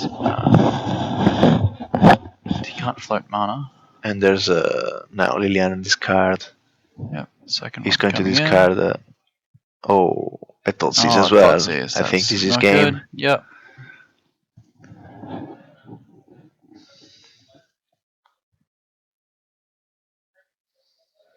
Yeah, he's playing Might, but he's going to get eaten by Liliana. Yep. So he takes the twin. I'd I have been think it's tempted okay. there to Because there's just one Liliana, so he just now Ben is going to play Liliana, tick down, and then he gets the Liliana with a bolt. Yep. So it's a fine play from Paul. He opens up the game again. So You could also uptick Liliana, and then it's safe for next turn. I don't know. it's safe for 2 turns. Yeah, he decided to do that. Because you cannot draw land and Splinter Twin. Yep. So, but we see there's a bolt. That's a good draw, and now we're both back in top deck mode, it looks like. There's a card in hand from... no, he discarded No, from... he discarded the Liliana. Yeah. Okay, so 2 mana spell. Scavenging Gears. That's Very good. not too bad here. It's a very fast clock. Yep, quick clock turns off all these snapcasters. Paul's just checking to see how big he can get. There's 3 green sources for Ben, one of which was used to cast the Scavenging Gears, so he can exile 2 cards. So yeah, just Paul drew another Pestermite, so he might want to cash it in. Not now. Oh, Ben is on 6. Yeah, although Ben's going to gain some amount of life here. Yeah. So, but you've just got to get a slightly faster clock. 1, 2. And there's a Vendilion click, and I don't know what happens in yard. Vendilion click and Tassigar as well. Yep. So, Maelstrom Pulse. Pulse. Unfortunate timing if it is another Pestamite in Paul's hand. Pre-combat, tap it down. He's just saying, okay, I wanted to get both with that Maestro Pulse. Yep. You leave 1 green up just to eat anything from Snapcaster. I don't think he can. Well, Okay, that's a jump blocker. Guide. Maybe he can win the race. There's a lot of creatures. Yeah. There's one more for Paul. How many does Ben have? So now he has to jump block every turn. Yep. He could top deck land into twin as well. 3, 5, take some damage. 6.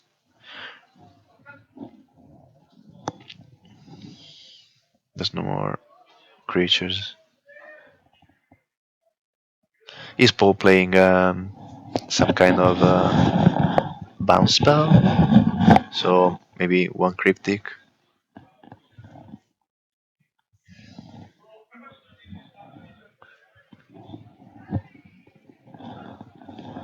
Okay.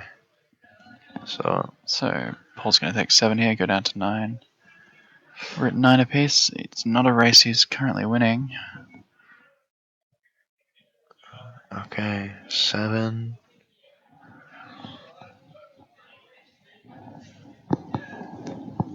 Jump block. Good. Ben has nothing. So he wants to draw Black Source Terminate, I'm assuming. I think he wants to draw. No, he's got a Tasker in hand, so that's another chump blocker. Land Pestermite. A Loot House, that's not terrible. So Ben has a any disruption burn at all, he wins here, right? Yeah, or even a Terminate does it. Oh, there's a Lightning Bolt. Yep, so Ben gets the game Yeah, here. I think you go for the Pestermite now. No, he just attacks for 8, right? And then waits for Paul to tap out for Loot House and just shoot him in the face with the Lightning Bolt.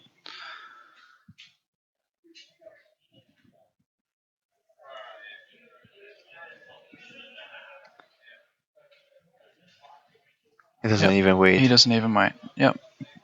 Paul says, I've got nothing anyway.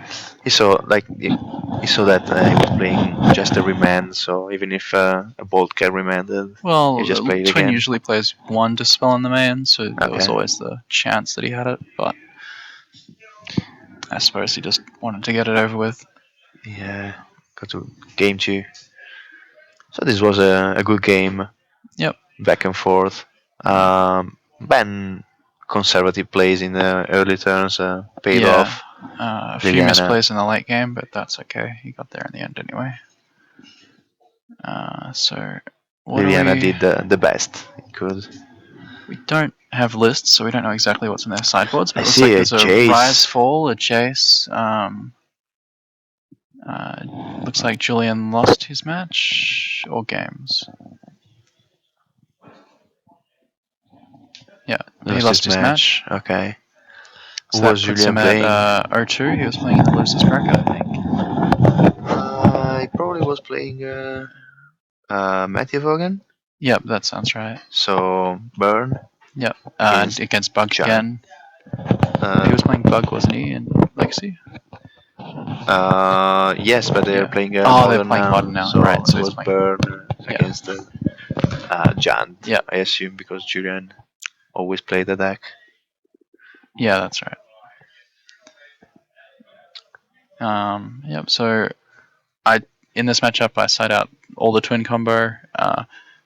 Although I'm not sure what his sideboard's like, but I take out all 4 Exarchs, both Pestimites, and all my twins, and bring in Keranos, Jace, Pierre and Kieran, an extra Colligan's Command, and some other things. Although it looks like he's much heavier on the combo plan game 1 than I am. So you become just a normal control I deck. just become Grixis control without the Jaces. If I had room in the board for Jaces, I'd play them, but I don't think they're very good main deck just because your combo game gets a lot weaker. I could be wrong. Well, getting to Flashback, Colligan's Command, or Serum Vision is very good for a combo deck, I guess. Yep. Looks like There's he might Blood Moon. bring in the Blood Moons. We saw Ben with the Forest. I think that he's playing the usual 1 Forest and 2 Swamps. Yep. So he can basically play every spell under that he a has. Blood Moon. Yep. Does John run his own Blood Moons, or is it playing Fulminator Mages for the land matchups? I'm not sure. You're playing Blood Moon in the sideboard? I'm not playing it. I just decided I wouldn't care about Amulet Bloom and Tron and just hope to combo them out if I had to play against them. So what do you think that Ben is doing in this matchup now? Ben's just doing more of the same kind of stuff from game 1. He might have extra discard, maybe some graveyard hate. And If you are banned, do you side out your Abrupt Decays? I think you keep some number in. It's got less targets per board, but you still need to deal with these Snapcaster mages, and sometimes they Blood leave the Moon. combo in, and it does deal with Blood Moon, of course. So it looks like Paul's brought in Blood Moon, Keranos Terminate, and Anger of the Gods, and taken out most of his combo. Yeah, Anger of the Gods is very good. Yep, deals with the Scoozers, the Bobs, and possibly even Kitchen Finks if it's brought in. Doesn't always deal with Goif, but, well, Goif's a bit hard. You just want to... Yep, looks like Paul got a hand of 7 cards, no lands. Is Paul playing Terminate? Yep, looks like he's playing it now. Some decks, I've seen a few versions of the Grixis deck that play very heavy combo main deck and little interaction, so no discard and no terminates. And that would seem to be the version Paul's on. Are you playing the 3 mana spell Electrolyze? I'm not playing Electrolyze. I'm not a fan of it. The matches that it's good in, like Infect and Affinity, you've already got Colligan's Command for, so I feel like it's just not. It's okay in this matchup as well, but yeah. Dom goes 1-1 in his game. Okay. So we're moving on to game 3 over there. So Don is playing Joseph Dean. That is on Mud again. Yeah, he's on Mud in every format, and I'm not sure what Dom's playing. I'm assuming it's Grixis Twin or Control. So he was playing a Grixis like four color dev. Yeah. Delver in Legacy is probably in the probably similar kind of deck in Modern as well. I know that he was playing Esper. In Highlander. No, it was not Esper. It was red, black, white. Mardu. Okay. Mardu, yeah. So, an aggro plan. Okay, that's different for him. He's usually playing Esper or Blue White Red in Highlander. He's had quite a lot of success with it as well. I think he was at least steady developed for this tournament. So we saw Paul Scrat at the top, I believe, and just play a tap land. Ben's opened with an Inquisition, playing around Blood Moon by fetching the Swamp. What do you take here? I think you take the Anger of the Gods. Or the Anger. If you have Anger's very slow though. But yeah, it's probably the Anger. He's got a Screws in hand by the looks of it. He's going to take the Remand. Okay. Remand. So that's probably a Liliana of the Well. Yep.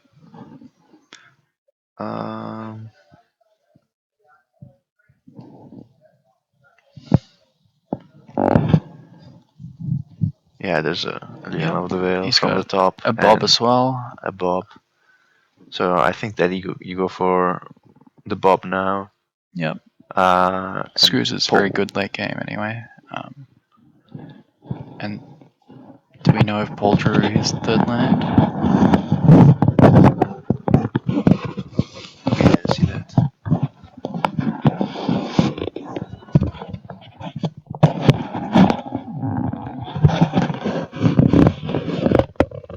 Does Ben get his basic green here? Yep.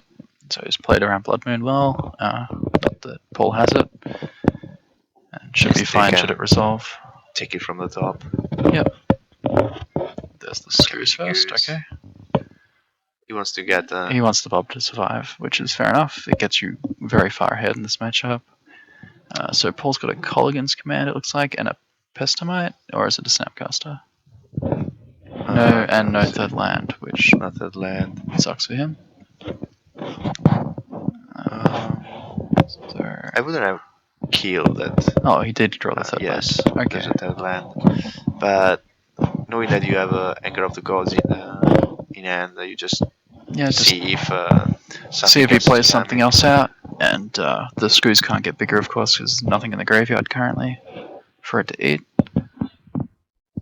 Although then again, maybe you want to save the remand by just killing it now, so you can snap it back later. You might want to keep mana up for like faking Counterspell. counterspell for the Liliana that it might be. Yeah, that seems coming. fair. Of course, There's Ben's duress. just gonna duress, and if he has his third land, which I'm not sure if he does, he'll just play the Bob, I'm assuming.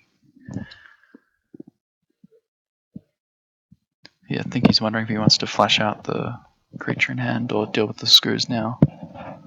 There's a green mana for Ben, so if he doesn't have Nope, he's just gonna show him the hand. Probably take the anger here.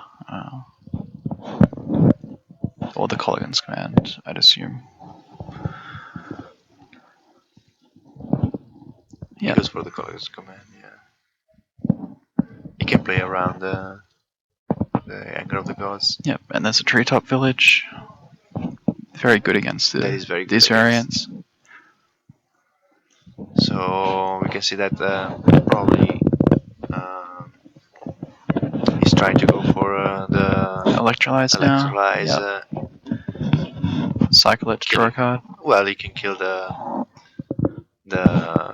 scavenging ooze in this moment. So scavenging ooze get taken. Yep. You probably eat the Colligan's command now. Yep. Right. So new card and draw for the third. Yep. Try and find that fourth land drop. I don't think he did. He's got the Blood Moon though. I suppose you can just play it to turn off the Treetop Village. He also doesn't have his second Black Source, so no Liliana currently. Although he can play the Bob next turn. I'm not sure if he would play it. No, he's just going to play out the Tasigur. Tasigur. Okay. Probably Blood Moon was a better choice because if there's Ben does have the Abrupt Decay though. But yeah, if there was the second Black Source, Liliana's really good right now. Yeah. So he has to, if he has even if he has the Abrupt Decay, you cannot play around that because your counter spells are dead and. It's Kitchen Finks. Kitchen Finks. Anger just got a lot better. And I guess that now Blood Moon is coming. Yeah. But there's no blue, so there's no blue. I'd just consider anchoring here. It's probably slightly better for Ben at this point. Yep, there it is. And just get into the 4. Land from the top. And yes, there's a fetch land, so yep, I think go play as Lily now. Liliana, and, take down. He's very far ahead at this point. Paul's next turn will probably be either Colligan's command. It'll probably Does be he have Colligan's a command? Yep, to shock the Lily and get back Tasigur, if that's the play here. Although Ben should know about it, so maybe he'll play around it. Nope.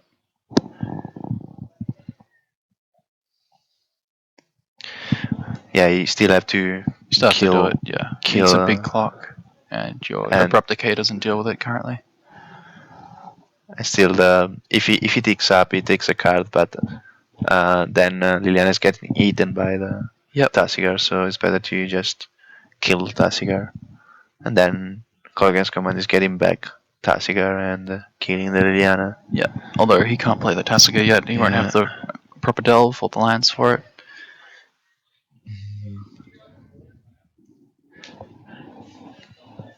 So he might wait for the Colligan's command. The thing is, you can't pass the turn because you lose an extra card. Yep. So the door is open for Bob now. Yep.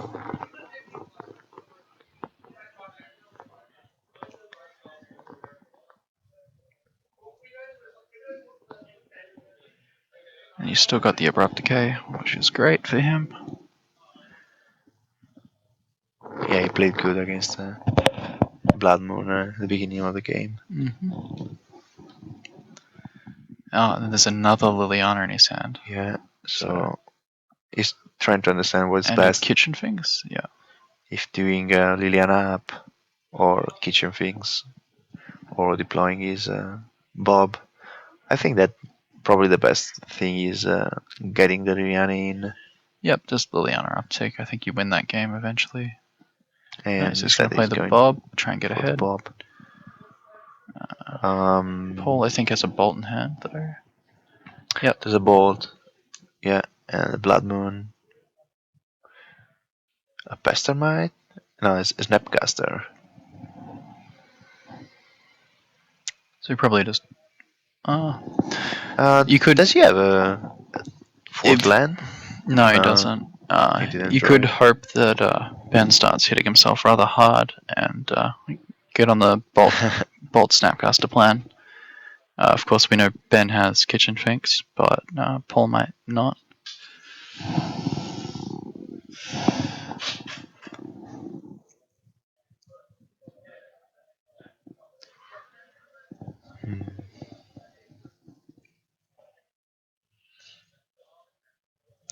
Oh, he's got the 1/1. Electrolyze. Electrolyze is very good now. Yep, he might find that land. And he No, doesn't. does not. So Liliana, I guess, is coming now. There's a discard spell. Excellent. So what do you... We see the. I think double you bolt. take, You take the the- remand now. If you take the bolt, you can just... Oh, you can't resolve it because you don't have a second black source. Yeah. So yeah, probably just take the remand. Blood Moon's currently dead against you, and the bolts, he has to 2-for-1 himself to deal with the kitchen The kitchen things. things. So he goes for. Oh, he's going to go for the bolt. Okay. He doesn't choose the other one. He wants that bolt. So he goes for kitchen things.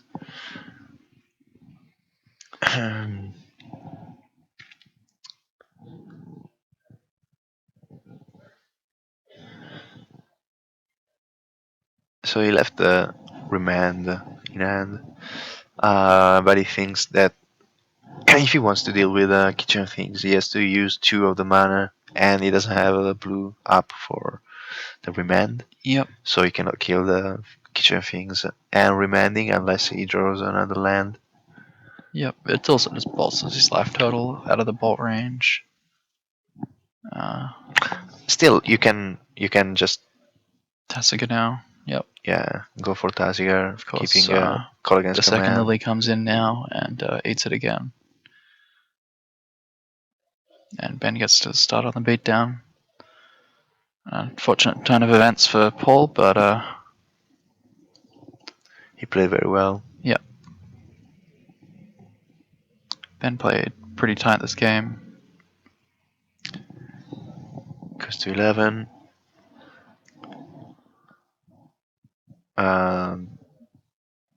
There was a mistake in the life total score, update. yes. So we have Ben on 15 and Paul On on 11. Yep.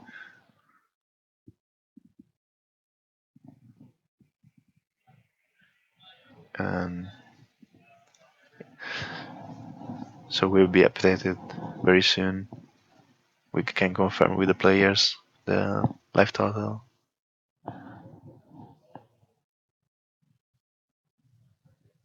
So we have Paul on 12 and Ben on 14. Okay.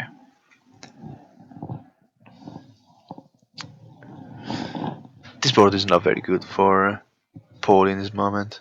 Yep. He wants. He can call against command. Does he have it in hand? I don't know.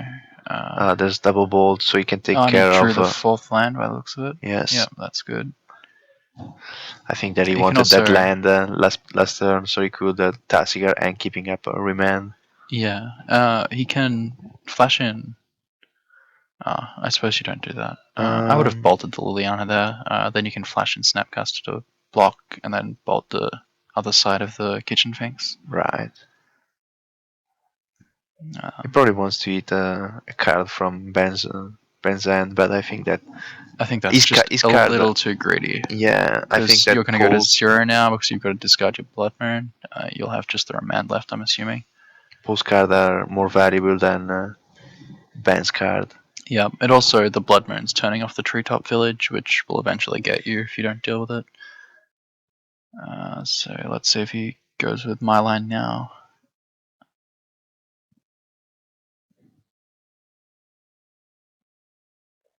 Because I'm not sure if we can afford to take too much more damage here. He's trying to understand how he's going to deal with the top. So he goes for blue, I guess. Yes. Yeah. Basic Island. So if he Bolt, does Liliana, Cast, Snapcaster Mage, block. bolt the other half, or well, you wait till end of turn and make Yeah. sure it's You get something valuable. Yeah. Yeah, so he goes for this. I see a Terminating end, so the Snapcaster Mage might get eaten before it blocks. Yep. And he's So- of course still got the Abrupt Decay, right? There is Abrupt Decay, yes, in hand still. But I think you go for... Does Paul still have a Tasker in hand? Or is it that? I think it's in the graveyard, right? Oh, Yeah. maybe. Is in the graveyard. I see after the call against command. Yep. Yeah, it got So edicted by the Lily. Yep, there's the Abrupt Decay. Bolts the Sphinx, doesn't want to lose any more life. Fair enough. But Ben still has the clock, and there's a Goif. Oh, Not good I for think Paul at all. I think this is game over. yeah, there's no combo for Paul. So Just a very working out big how big it is. 6/7. Yep. A second remand, not very good. 7. Um, I think you activate the activate the treetop. treetop and beat in. Just I don't think you can. go for I it. don't think you bother playing around the combo at all. Yep. So that's lethal. And there's hand extension. That's game. Yep. So this is pretty difficult at how it plays out if a Jund player gets ahead. There were a couple of lines that Paul could have played differently, maybe. Yeah. Yeah. So we see Ben brought in the Graveyard Hate, which is pretty good against them. Yeah. He plays the Nihil Spell Bomb because there's still is You get the Tap cycle. Goif. Yeah. He wants to keep the makes your cards. Goifs bigger. Yeah. Yeah, that's the one I'm playing in my sideboard too. Yeah, you don't want to eat the food for your Yeah, you don't want to hit your own line. mage or Hit the your own against line. command. Yard. So what have you been playing in modern? You've been playing Merfolk? Yeah, I'm playing Merfolk lately because I want to test it for the GP. It seems a very good deck at the moment. Yep. I tested quite a lot against Jund and Twin.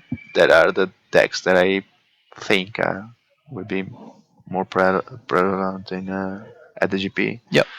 And it seems to be favorable against both matchups, depending on obviously the opponent's hand, but the opponent must have very, very heavy on removals to win the game.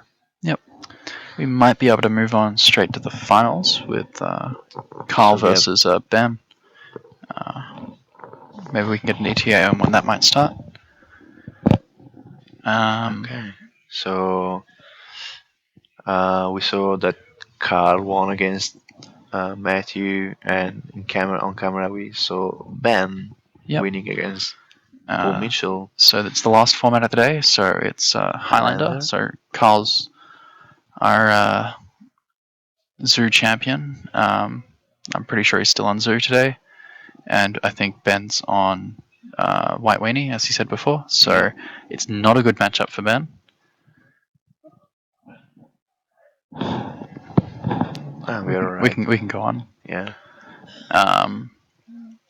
Yeah, I don't think it's a very good matchup for Ben.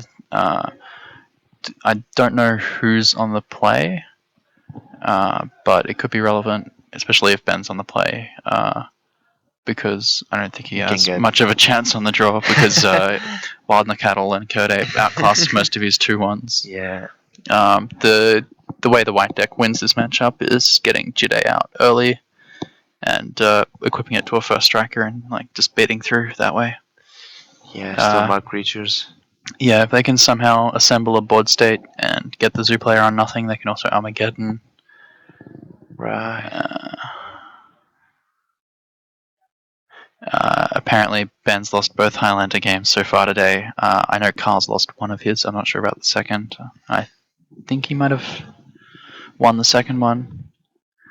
Yeah, I'm not sure about that. But I know that this is the format Carl's most comfortable in. Yeah, he qualified through winning an Highlander event. Yep, not his first. And we should be coming back up shortly, I believe. Yeah, Carl has won one in the Highlander today.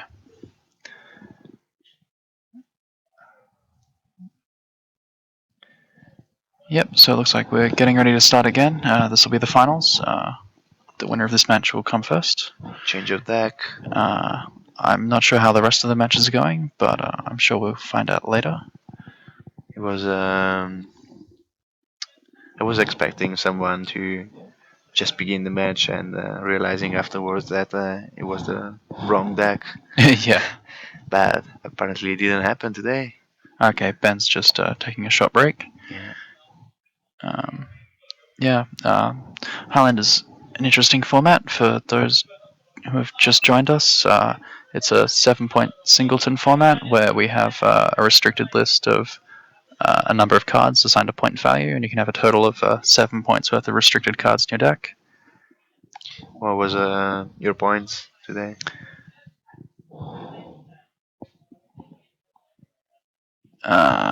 Today, round 1 in Legacy, I played against. The points in your deck list in Highlander. Oh, in Highlander, I was playing Grixis Reanimator, which was a bit more of a fun deck than a serious deck. Although it consistently, without interaction, gets a fatty into play turn 2 or 3. My points were BT, Dig Through Time, Treasure Cures, and Intuition. Okay. Was there one more? I'm not sure. Intuition seems very good in. Yeah, very strong. I was also playing Dak Faden and the new Flippy Jace. Okay. So were you playing Show and Tell as well? Yep. Yep, and I had the spicy tech of Imperial Archangel for all the burn decks in the room. And Resolute Archangel as well in the board. Not Iona? You were not playing Iona? Yeah, all the regular reanimate targets were there as well on the main deck. So Gristlebrand, Iona, Elish Norn, Ginger Taxus, Ashen Rider, and also Keranos, which was pretty good. I unfortunately didn't have much luck with Highlander. I got paired against Tom Jancic in one of the rounds. I managed to turn 2 get a Sphinx of the Stillwind into play and kill him with it in game 1, but he stripped and wasted me turn in game 2, and I didn't draw any more lands. And game 3 was similar. So can you return from the graveyard the Keranos as well? Yep, it counts as a creature in the graveyard, so it's perfect for that. I got to exhume it against one of my opponents. What happened if you return it back with Animate Dead or? I believe it dies again because it's not an active creature. Right. But it's there because it's you can cast it for 5 mana. Yeah, you can cast it in some games. You're only playing 18 lands, but that's all right. You're looting a lot, and you see a lot of cards in those games. Do you have mana acceleration as well? Running a single Lotus Petal, yeah. Okay. Keranos is good just because you don't lose much life putting it into play with Reanimate or Life Death. Right. So we see deck lists are public, so they're watching each other's deck lists. So for Zoo, do we know who is on the play? I think Carl finished higher, so he'll be on the play, which is good for Carl. Carl's very favoured in this matchup. His creatures just have bigger bodies, so they attack more favourably.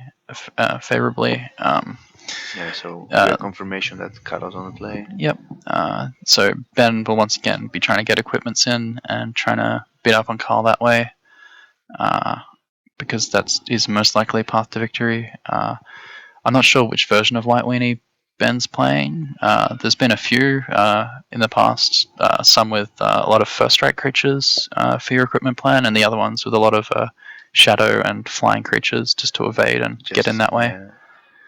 Just trying not to get blocked by bigger creatures. Yep. Another way Ben can win is just getting an early Batterskull out with, say, Stoneforge. Again, the equipments are just really good in this matchup.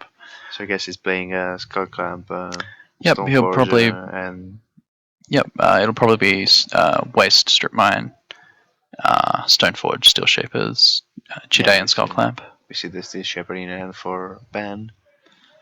Yep, I'm not sure what Carl's current points are because I know he changes them up a lot.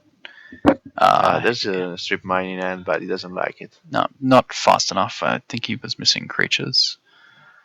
So we see 3 planes in hand for Ben, and they saw Steel Shaper Gift, Strip Clamp, Cheater, Stoneforge Gift.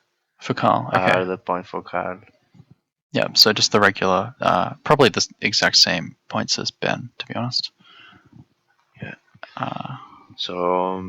I think like Skullclamp is 2 points, and GT 1, Stoneforge 1, Gift 1, Strip Mine is 2, I believe. That's right. So he's not playing Wasteland. Yep. Ben is Stoneforge, Gift, Clamp, Jude. And Strip Mine. Yep, so exact same. Yep. Yeah, different deck list, but points are the same. Yep. I'm surprised Ben didn't just play Carl's deck, as we're all sharing deck lists on in our little group page on Facebook with each other anyway. But yeah, he decided to go for the best that he could play. Yep. So Carl starts us off with a Deathrite Shaman, and Ben going straight for Steel Shapers. Probably, I'd get Jide here personally. Yep. Yeah, Jide. There's not too many ways for Carl to deal with it main deck. I think it's just a Quasali Pride Mage. And he's not running any creature tutors like the earlier Zoo builds were with Green Sun Zenith and stuff now pointed. So Jide is active from turn 4. Yep. But still. Yeah, Carl's off to a slow start, so that's probably fine for Ben. I guess we'll see. So I think he's missing the second land, so he wanted to put more than a clock. Yep, so that's a Relic Seeker, I think. So that'll, tutor up his own Jide, I'd assume, as it's very good. I think that it's going to be a creature from Ben and a block. Yep. Of course, he could just get Skullclamp here to draw up stuff. Carl really wants a second land, hopefully a red source for his chain. Because if he can keep Ben off that Jide for a few turns, he should just win the game. So Ben's just gonna pass. So there's a upkeep. Put that on top. Yep. Okay. Very good for Ben. Yeah, there's no second land in the graveyard. It's a pity he doesn't have creature in play for the tempo. There's a 0/1 and a 1/2 that cannot do much for now. If Carl does top deck lands, though, he's very in business. A fetch land. Yeah, I think that Ben did a very good play in this moment. Yep, it was very good play. Yep, here's Hard Spirit Keeper, another really good card. What does the card say? So it's a 3/2 Vigilance with when it enters the graveyard, you get to put a 1/1 Spirit with flying into play for each creature in the graveyard. Okay. In every graveyard? In your graveyard. Yeah. Okay, we so, see one of the commander cards. 2. I think you take here. You don't really care about. You can trade, but I think you just want to. No, you want to put on Jide next turn and just crack in there.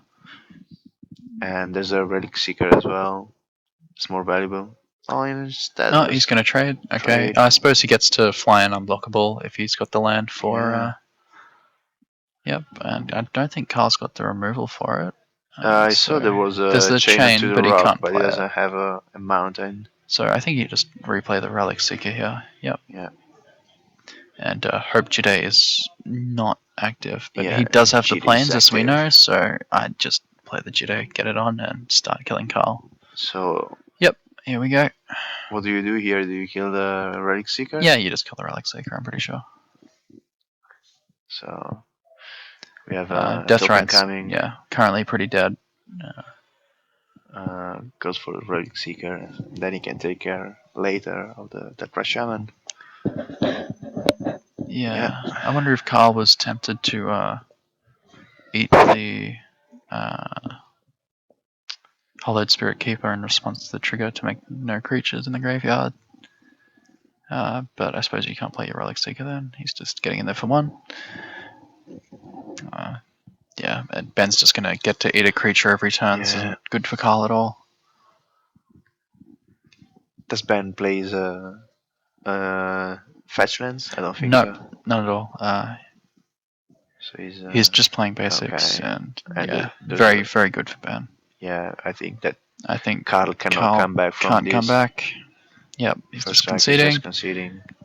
Yep, First that was strike, first strike. very good. Yeah, Jada, Flyers. Yeah, I really like the line that Ben took when yeah, with the Carl unexpectedly didn't have, absent.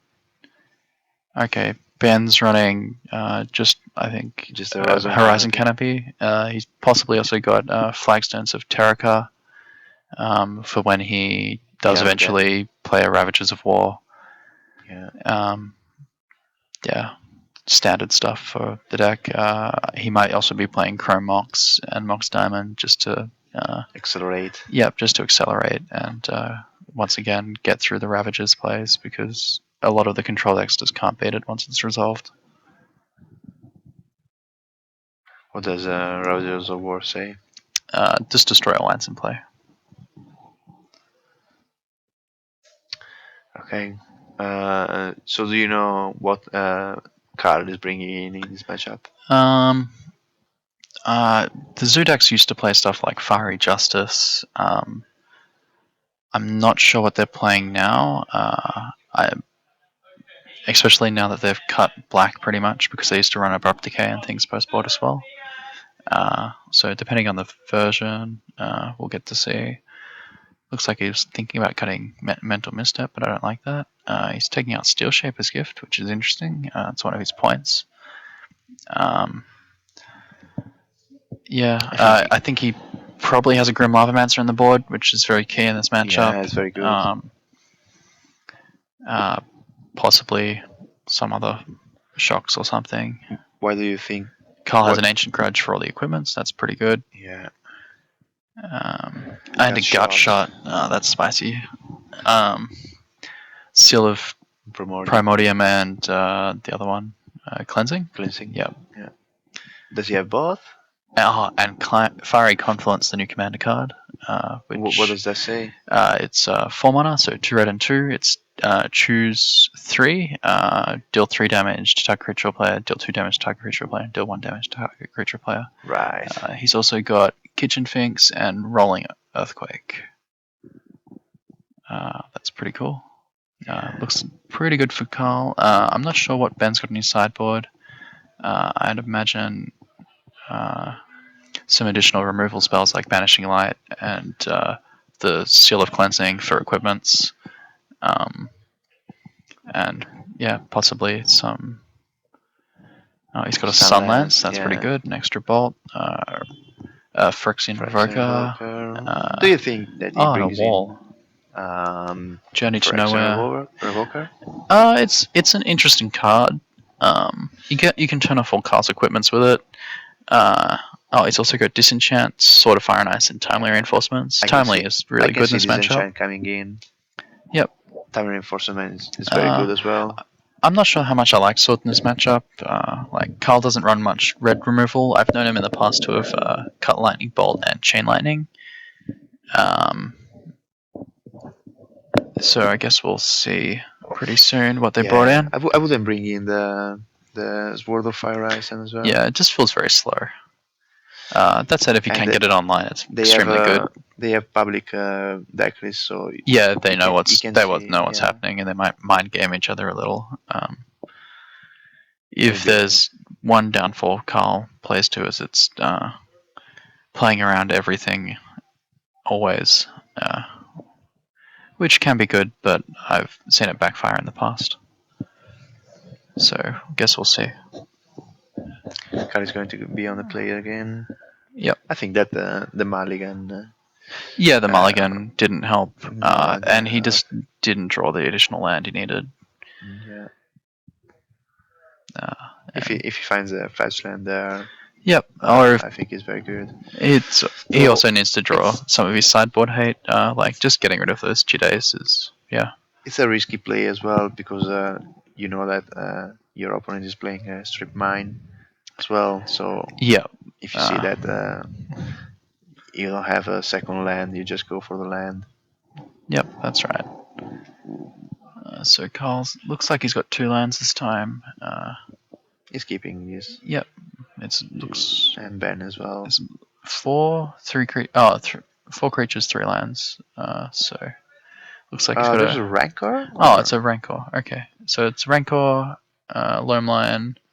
I think I saw a Hallowed Spirit Keeper, and a Marsh Flats, and a Temple Garden. I'm not sure what the last card was. So Ben's got his Student of Warfare, which is the level up to a 3/3 with first strike. Yeah, this is a very good card in the matchup. Yep. It does take a while to turn on, but once it's on, it's very good. Again, the first strike creatures are his best to hope against too. Carl's drawn his Quasali Pride Mage, which is another excellent card in this matchup. Land beaten for 3. Yep, he's going to shock. So. Yep, and he's just going to attack for 3. 17 each. Yep, Carl's got most of the deck foiled out. I know he's been getting them off Puka Trade and collecting them over the past few years because he's been playing the format for such a long time. But what exactly is a Puka Trade? It's a online international trading thing. It's an online international trade thing. You send off your cards and you receive points, and people can send you stuff on your want list to a value equal to or less than the points you have. It's been pretty good. I just got a foil Keranos off it. Not too bad. Yeah.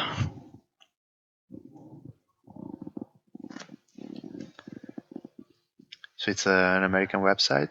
Yeah. I believe it's run by the Americans. Yeah, I've only just joined. Isaac got me signed up. So the student didn't attack there. Yeah, I think he just wants to on defense, but it's not very good against the Quasali Pride Mage. Yeah. I'm not sure. 2/3 now. Yeah, I would have attacked him for 3, but maybe I don't know. You save 1 damage there, so Carl attacks for 5. It's not very good. Yeah, not good for Ben at all. Maybe he has a Skull Clamp in hand or something that he can play to beef up his student, so it's relevant again. But still, even if there's a Skull Clamp, there's a Quasali Pride Mage there. So I think that you attack on the Quasali Pride Mage if he blocks. Yeah. You profit a lot. Yeah. I think Carl would just take it. He was winning. The thing is, Carl's winning the race at this point, and so Ben might need to chump or something, but. Yeah, there's another things don't look good for Ben. There's a Path to Exile. I see. Are there 4 lands in hand? Yeah, it looks like it. It's not good at all. Yeah. I wonder what he kept. Or if he's just top decked all of them. So there's a 5, 7, 10 damaging. Yeah, like Carl's. It seems like Ben's got a pretty mediocre hand, and Carl's gotten his like really fast, aggressive start that's ideal for his deck. 1-drop into 2-drop into additional stuff, and Ben probably isn't playing sweepers, so Carl feels safe to go wide. We see a removal here. I guess we'll see in a moment. I think he's got a Path or a Swords. Swords of Plowshares. Or maybe the Sunlands. Oh no, it's a Swords to Plowshares.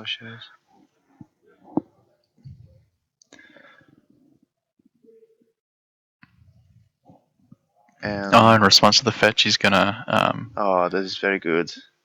No. Uh, Maybe did he change his mind? Oh, they're working out life totals, I think. Yep.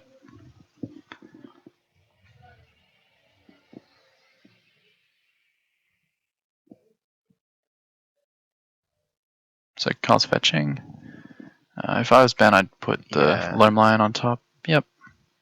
Or the Quasali Pride Mage. I don't think it makes too much difference at this point. The Loam Lion, of course, is harder to kill, but the Pride Mage deals with all your equipment, which is rather annoying. I don't think that now is a very good position for equipment, apart from Battleskull. That may come down next turn, but I see just 3 planes in hand for Ben. Yeah, not good at all. Yeah, he's in top deck mode. There's the Hallowed Spirit Keeper, and he's put a Rancor on top. Yeah.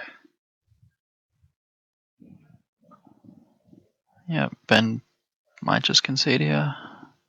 He's on Hallowed Spirit Keeper. Okay, that's not too bad. Carl can still get in for 4 trample damage if he wants. He has to block. Yep, or you could just beat him with both. I think it. You get 1 more damage, I think. Yeah. Yeah, I'd be tempted just to attack with both here. No, I would attack with just a Vigilance guy, because you don't lose the... I suppose Ben only gets 1 chump, 2 chump blockers. Oh no, it's got exiled, so yeah, only 1 chump blocker for Ben. And Carl still has the Rancor, because it returns to hand, of course. So they get the same number of creatures on the battlefield here. Yeah. Yeah, 1 each. And Carl's just going to play his Rancor on his one. Yeah, he wins the Rancor.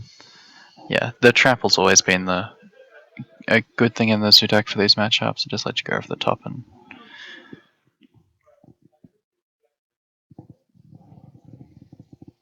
So Ben's just passing. I think don't know if he can have anything. Yeah, I think Carlos attacks and... Yeah. No, he's got this. Back to exile. Yeah, I'm not sure why he didn't attack with the Pride Mage as well. I think it's just better to attack with both anyway. Forces Ben to chump if he does have the removal spell. Yeah, Carl's list's very different to usual today. He's running 4 basics instead of the usual 2. I've seen him run 0, in fact, in the past, but the Blood Moon metagame is so full on at the moment. I think when I sat down, there were like 4 Blood Moon players around me.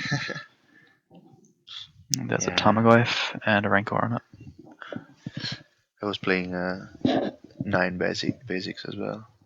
Yeah, I was only running the 2, but I've got no double casting costs in my deck except for Counterspell. And, well, the Counterspell's not too necessary most of the time.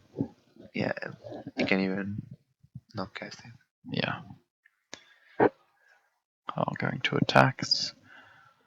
Attacks with both, I guess. Yeah, I'd attack with both. Why don't you attack with I'm both? not sure what Ben could have. Maybe a Restoration Angel. That's all I can think of. Yep, so he attacks in. Just with 1. Ben have anything? Nope. Okay.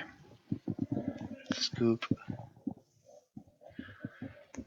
Okay, we saw a totally different game 2 from game 1. Yep, Carl got a pretty good hand for Zoo, and Ben had a very slow start, which just isn't good enough for this matchup.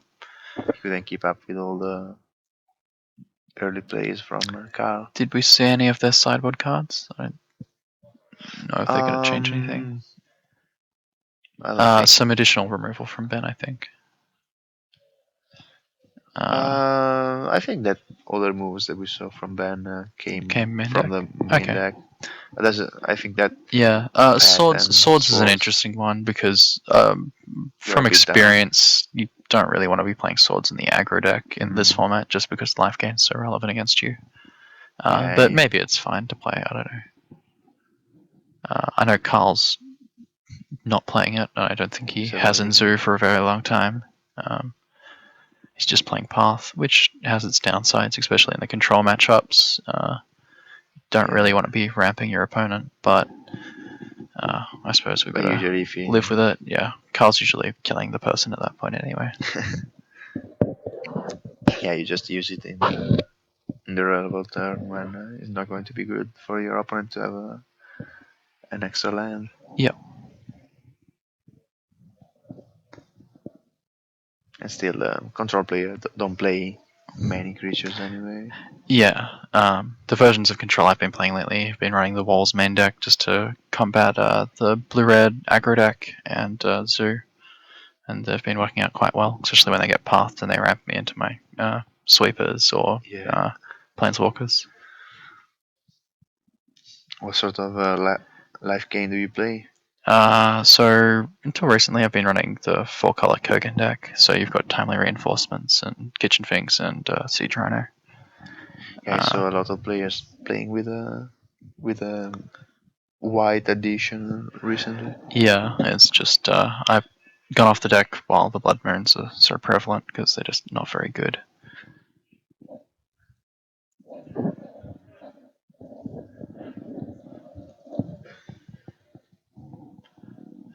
So here we go. Get a look at their opening hands, maybe. Carl's got a few lands. Looks like a Strangleroot Geist and a Flinthoof Boar. I think both players are keeping. There's Yep. not turn one play. No turn 1 for ban. That's not very good. He might have a removal for another play. And there's no turn 1 for Carl either. Okay, slow game. Here we go. Turn 2. Precinct Captain, is it? Yep, so another first striker. 2/2 first strike? Yep, and when it attacks, you get a dude or something like that. Yeah, 1/1. Yeah. When it deals damage. When it deals damage, that's right. To the opponent. Yeah. What can be on 2? So Carl will probably play his Flinthoof Boar, I'm assuming. It just blocks really well here, trades for it. It's a 3/3. Yeah, although I can't see Ben's hand well, but he might have a Skull Clamp or a Jide or something. And that's going to eventually get there with the first strike. I cannot keep Jide anyway now. So there's a Path to Exile. Okay. That's really good. Exile, enter for 2, get a dude. Yeah. It's very good. You saw that Carl is playing the basic lands as well, but it doesn't matter too much. Against Zoo, the curve's really low. And as we've seen, I don't think Carl has that many players. He's flooding out a bit. He drew a land turn 1 by the looks of it. And there's a Mother of Ruins. Really good start for Ben. This is what he wants. Alright, here we go. There's no third land for Ben. Yeah, Ben's only got the 2 lands, but I think that's okay for him. The White Weenie deck, I'm pretty sure, runs 2 less lands than Zoo anyway. So Carl's just passing, okay, which is interesting. He must have removal for the Precinct Captain. I saw there's an Elspeth in hand for Ben. Okay, yeah, both decks play Elspeth as the big finisher. Zoo sometimes also plays Garrick Relentless as a removal and a token maker. I saw Jide in hand for Ben. I think you deploy it now. You wait post combat. Attack, yeah. And he's also got a Student of Warfare, so you might just want to flood out the board a bit. Is there some sort of a flesh creature for Carl? Does he play Restoration Angel? I haven't seen Resto in his list in a while. He might have put it back in. Otherwise, it could just be a removal. He really needs to deal with the Precinct Captain soon, though. I know he had a Strangleroot Geist in hand, I thought, so... Oh, here we go. Is that Fiery Justice? Fiery Justice. Oh, Rith's Charm. Okay, sure. So that's... What does the card say? I think it's 3 damage or 3 1/1s or something like that. Okay. 3 1/1. Destroy. Non-basic. Okay, so he's just chump blocking the Precinct Captain. Why you don't? And there's the Jide. Block they'll trade the 1/1? I don't think so. Because there's a Mother of Ruins anyway. Yeah. So I don't think the Mother matters too much. Carl's got a Mana Tithe in hand, which is unfortunately a turn late for the Jide. Is that a gut shot?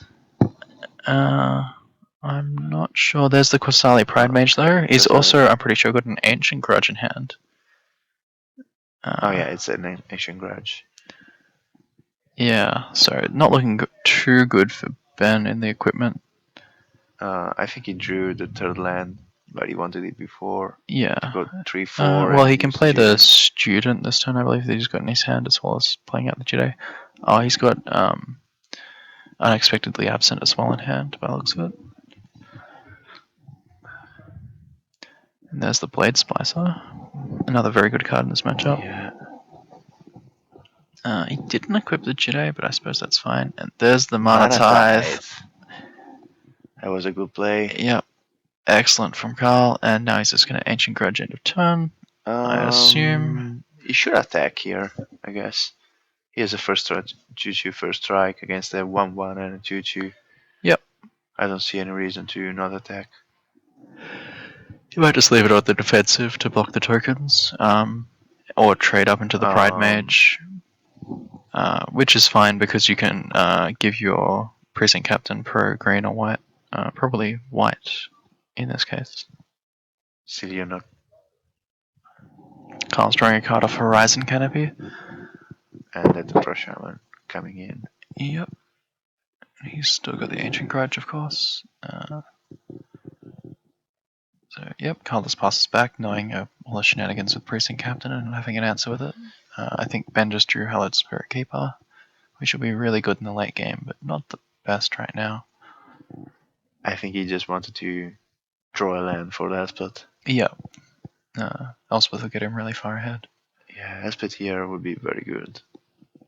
Carl doesn't have a clock, and Ben can block with the Mother of Runes. Yep. There's no trample at the moment. And he can start building up an army of 1/1s with the Precinct Captain by jumping it. Yeah. A lot of jump blockers. Yeah, right now Carl really wants to draw his own Jedi and to start getting to town.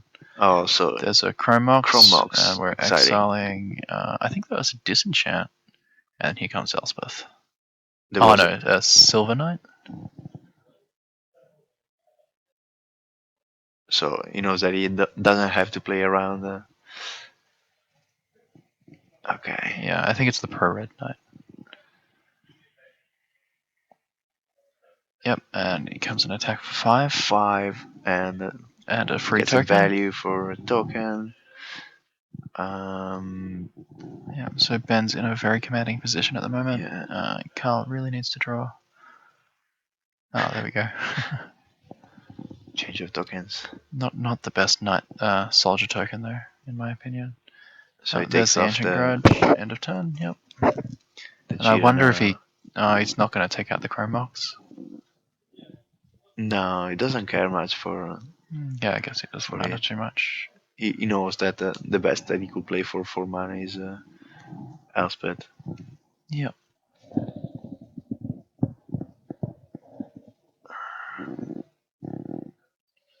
Carl's going to attack in for 3. I think and you just chump block. Yeah, you don't even care to save it with a you might want to play around Gorkhan, yep, because that's Colossal Knight coming in now. Yep, so Carl gets rid of the Elspeth. Pretty good play here. Tapping correctly, please. There we go. So what's the card that... so it's +4/+2 and trample at instant speed. It's the second Gorkhan for the deck. Because of course you can't play the 2. And there's Goyf. So it's +4/+2, then he has a... It was a 3/3, so yeah, couldn't so save it 7. anyway. Yeah. Yeah, he would have to have put all 3 creatures in front. I'm not sure you're willing to sacrifice everything for it. I think that Mother of Runes is very valuable there. Well, you can pump it, but then you're open to removal if he has it. Of course, I don't think he does. Mine is not very good in this moment. It's fine. Carl wants to fetch the Bayous to activate his Deathrite Shaman and start getting in with it. So he's going to attack in for 2 and give it pro green, I'd assume. Yeah. Does Carl not chump block? I would have chump blocked there. What color are the tokens? Oh, right, they might be green as well. I keep thinking they're soldiers as well. Carl is going to excite a creature, so Gain some life. he sees that he's On behind the back the foot, board. yeah. So he has to find a removal for either the Yeah. Mother of Ruins or the Precision Captain very soon. The thing is, the Spirit Keeper's going to get back, I think, 2 spirits, which isn't the best for Carl either, because they'll be unblockable for his board. There's a Sword of Fire and Ice, very good. But still, he can jump block. Yep. So there's no trample at the moment. Yep, he's just going to attack in for 4, I think.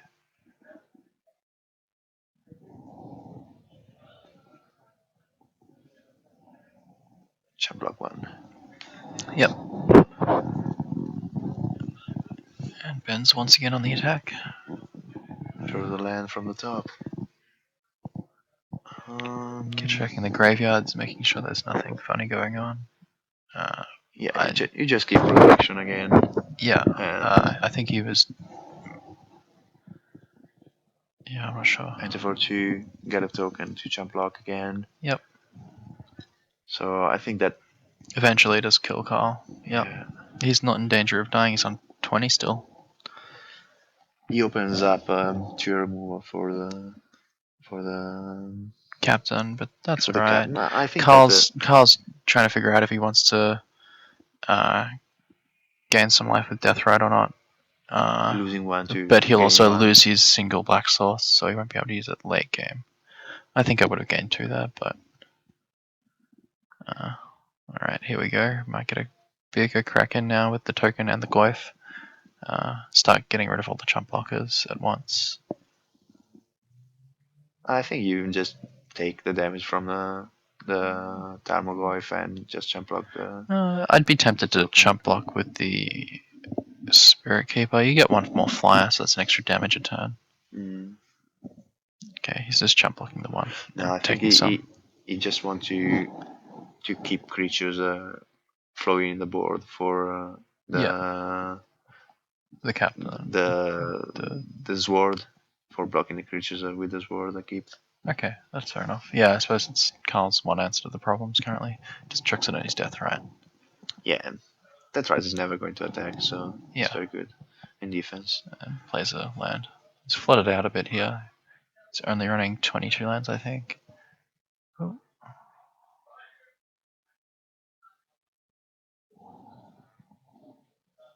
So they are checking the life total. Yep. Oh, there's no creatures in graveyard for Ben. I thought there was one.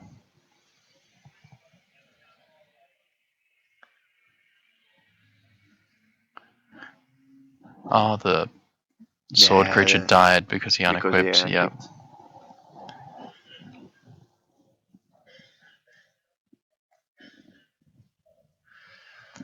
I think you still go with the same plan here. Yeah, I think it's the same plan. It's working so far. Carl's going to gain 2 life at end of turn. You kind of want to keep him in range. And as we know, he didn't draw anything again. Oh, it's changing the plan. He's picking up the clock. Yep, get in for 3. 3. There's no more creatures, so he gives a 3-turn clock. Yep. So he sees that he can chump block the creature with a, or he might have a drone removal. Yeah. He can chump block the creature with a sword.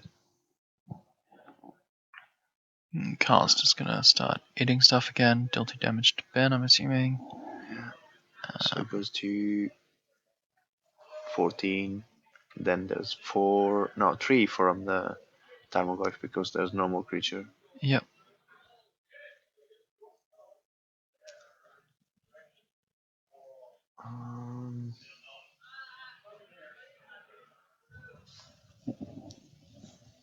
I guess that Carl just wants to draw removal for the Mother of Runes.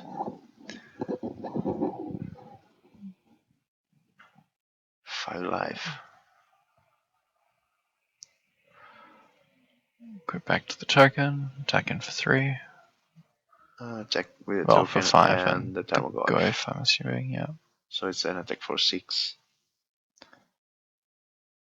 3 and 3. I think there's a jump block on the token. Oh, the swords again, so he can't kill the mother. Yeah.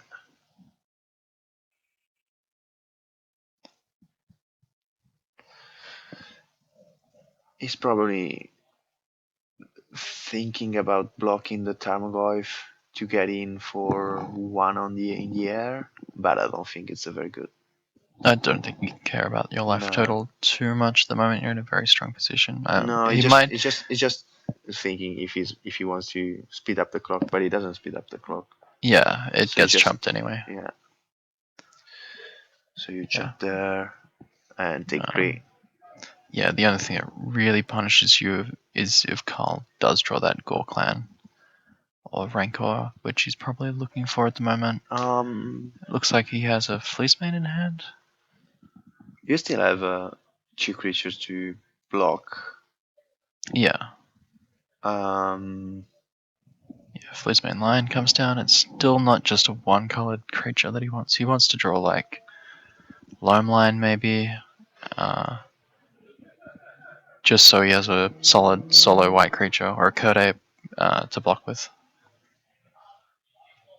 I think there are 2 lands in hand for ban. Yeah.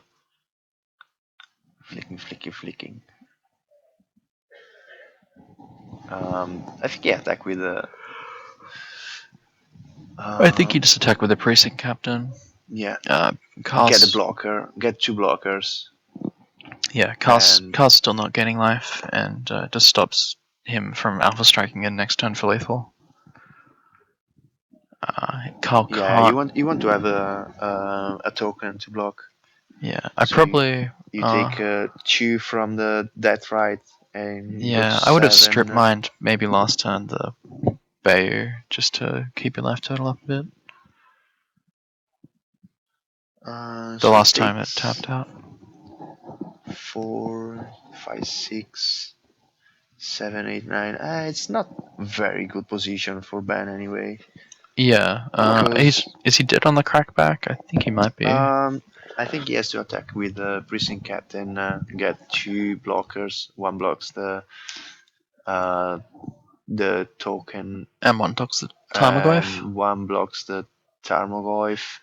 And he takes 5 plus 2 of the death right now, plus 2 of the death right. So yeah, he's effectively on 5, and then so he can survive. Yeah. The Fleecemane line also can become a 4/4.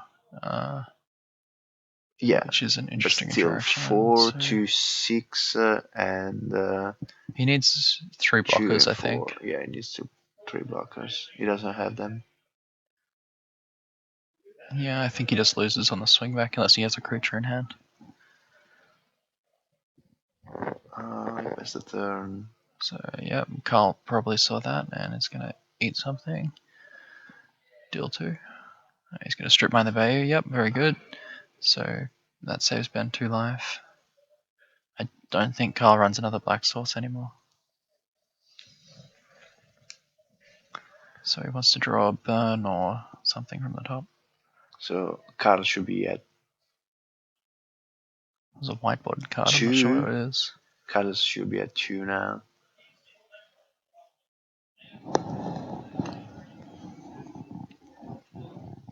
Yeah, we have an update. So Carl on 2. And what did he draw? Not sure. So is it just a dual land, maybe? Attacks with everything. He gets a jump block. He's just working it out now.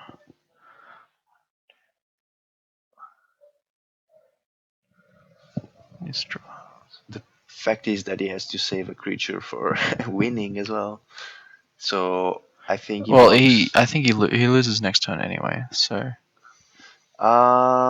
I don't think that Ben is going to win this. Yeah, I think Carl's got lethal on board actually. More than lethal, that you have to block and kill a creature. Yeah, you have to have removal in hand. I think you've got to attack with everything here. Yeah, you attack with everything. Yeah, like even the Deathrite should attack, I think, at this point. So you get 3 damage in with the Tarmogoyf. I think it's just a Plateau in hand. Oh wait, no, that's one in play. He's just deciding now. So if he attacks with everything and there's no removal from Ben, and I think he's just got 2 planes in hand. He blocks the 2 largest creatures, which I think is the Glyph and the token. No, the Glyph and the Fleece Mane. No, he has to block the token, so it's the Glyph and the token, and then takes 4, 5, 6, 7, and loses. But I don't think Carl's attacking with the Pride Mage here, which might cost him the game. I think he doesn't want to give the possibility to Ben to chump block with block a creature profitably with the Precinct Captain. Yeah, that's fair enough. He has to block. Yeah. I suppose. To chump block the Armor Boy. I suppose this way that Ben can only deal 1 next turn anyway. Ben can deal 1. In response to in response to the trigger, he eats a guy and he only gets 1 token. And Carl goes up to 4. Yeah. Carl can so Carl's can always much better this way. And the token dies. Pride Mage. Does the token die there? Why? Didn't it get blocked? Should be a token. The Carl's token. He just moved the sword. Yeah. So there should be that token.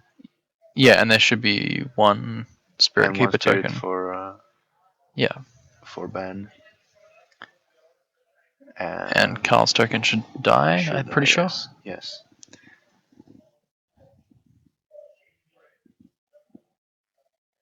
Yeah, it's dead because he moved the sword away.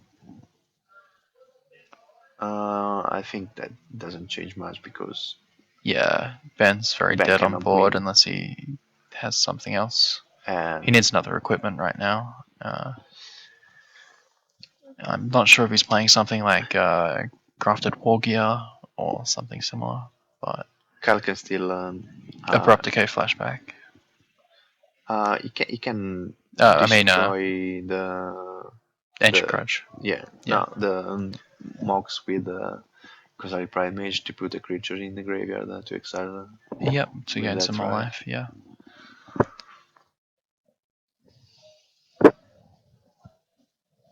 Ben is trying to understand how to win this game, but I don't think his best card is already gone. Yeah, the Elspeth. Well, the second card's not a plane, so I'm not sure what it is though. Just trying to see if Restoration Angel. Okay, that's interesting. It doesn't save him though. No. Because he can jump block. He has to attack if he wants to win. Yeah, but I don't think he has the damage. He actually can do it. So basically, you give the token pro green. You flicker mother, block another thing, and block another thing, and you go to So you basically you give protection to the token, and then Restoration Angel bounce the Mother of Runes, and then go to block. Yeah. And you block the biggest creature. Actually, you block the Kozari Pride Mage with. Carl can go to 6 here anyway, though. So you just go block. And you have a 4. In response to the trigger, he can give the Angel Pro green and make sure it survives the block. What does? Okay. Okay, sure. Yep. Carl can just pump his Fleece Mane here. He probably will. And then he wants to keep green up to gain 2 from the Precinct Captain.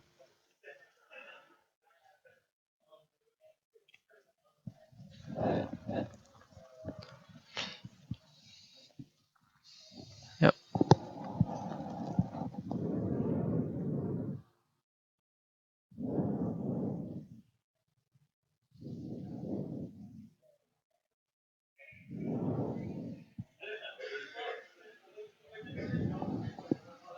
Yep, so Ben has to draw some form of 1 damage here. 3 damage. Yeah. So a +3/+3. So Grafted Wargear would be the best draw, or a Sword of Fire and Ice. He's playing at least one of those cards. Yeah, but Pride Mage gets them both. And the Ancient Grudge in the graveyard. So I don't think he can get there unless he has Timely Reinforcements off the top.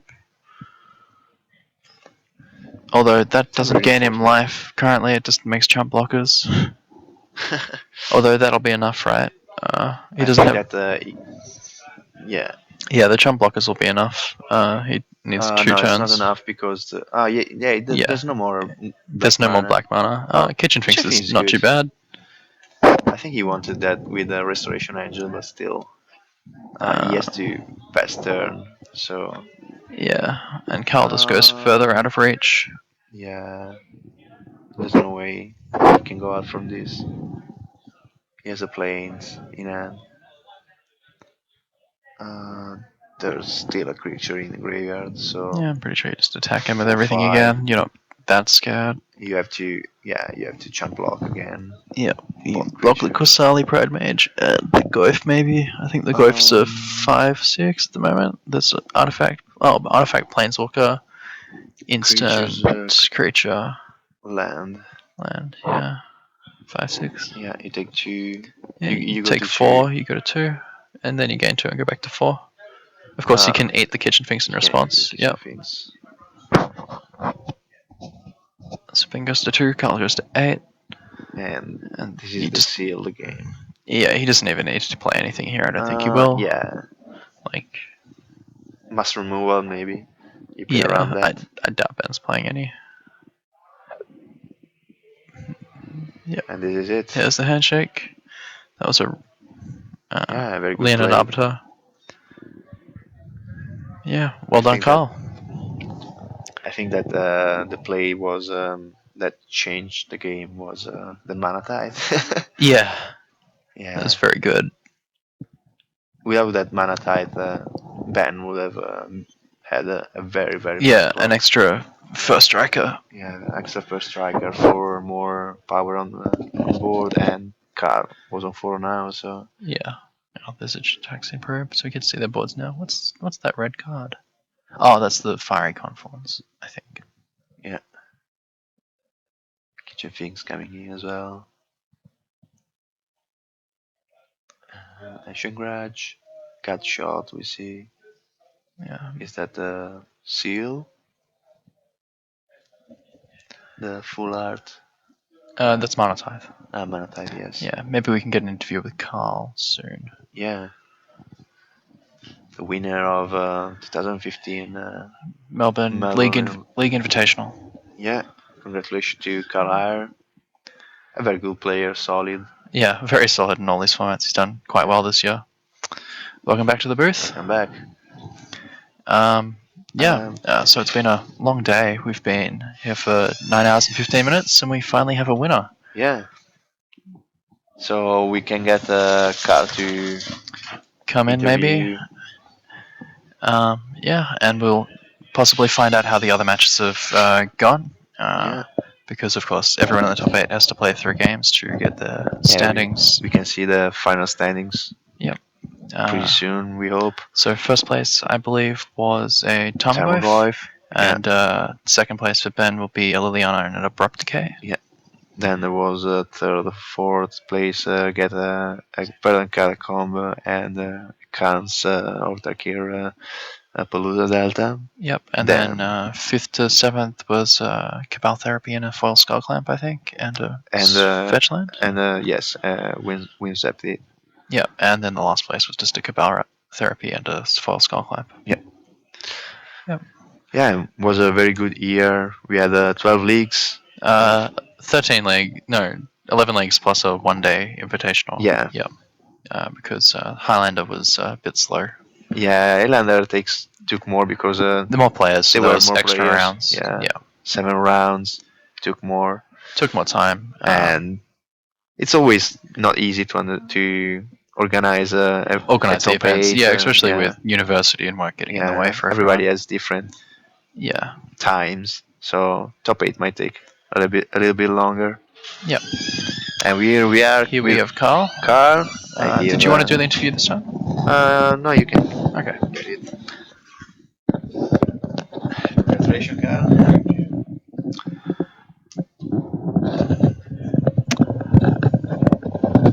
Welcome to the booth. Congrats on your win. Hello, thank you very much. Yep, another win for Zoo. Yeah. Yeah. Yeah. So why don't you tell us about your day? How'd you go overall? I went well. Playing Infect was good. I just crushed everyone. Yeah, you're playing it both Modern and Legacy, right? Yeah, playing both. Okay. So A few close calls, but so what'd you get paired against in Legacy? Legacy I got paired against Show and Tell. Okay. And Grixis. That was Dom. With the young Pyromancer Grixis. deck. Yep. And then in Modern, you got paired against me in round 1. Yeah. Yep. That was close. Close games. Yeah. You're playing Grixis? Yeah. Yep. Grixis Twin, and then what was your other Modern match? My other Modern match. I'm really tired. It's been a long day. Yep. The Lantern Control deck. Oh, right. Lantern Control. Yeah. They don't have that much resistance for you. Yeah, so you get to pretty much goldfish them, right? They just have some abrupt decays and their best card I think is like Ensnaring Bridge.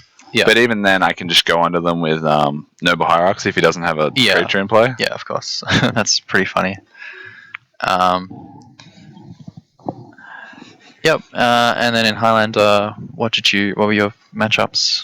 I versed Blue Red Moon in the first round.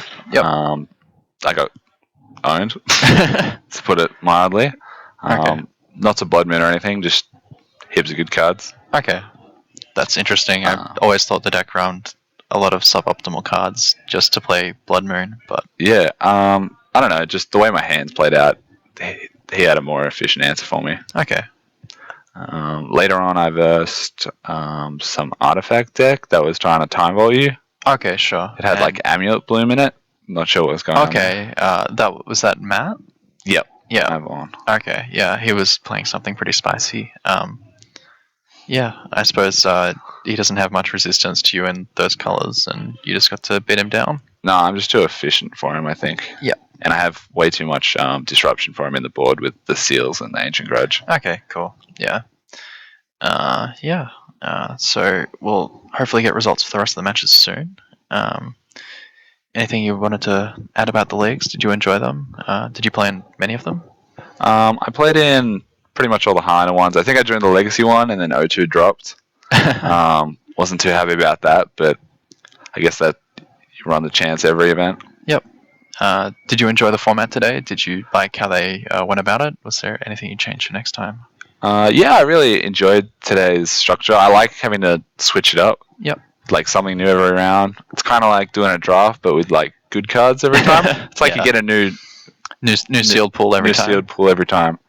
Unless you play the same archetype or something. Yeah. Yeah, but it's nice though. Yeah. Yeah. So thank you everyone for joining us. I'm not sure what's happening now. I think we're still waiting on results for the rest of the matches. Anything you want to add? No. All good. Yeah. So I think we might have a short break and come back and announce what the rest of the positions happened. Announce results. Okay. Thank you very much. Thanks, everyone.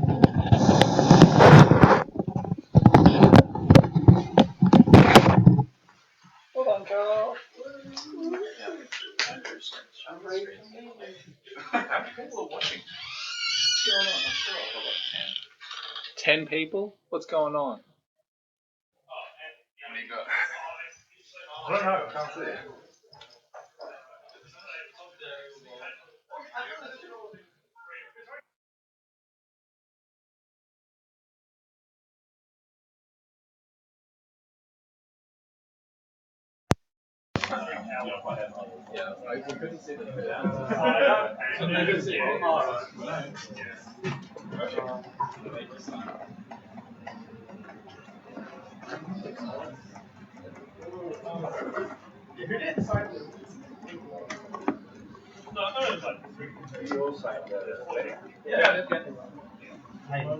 Oh, what was the result? I know Ben was. Let's just say not the most confident I was heading into a match. No. It's a terrible match. It was actually a really sweet match in the end. Yeah. I don't know, I just got today. Yeah, let's go.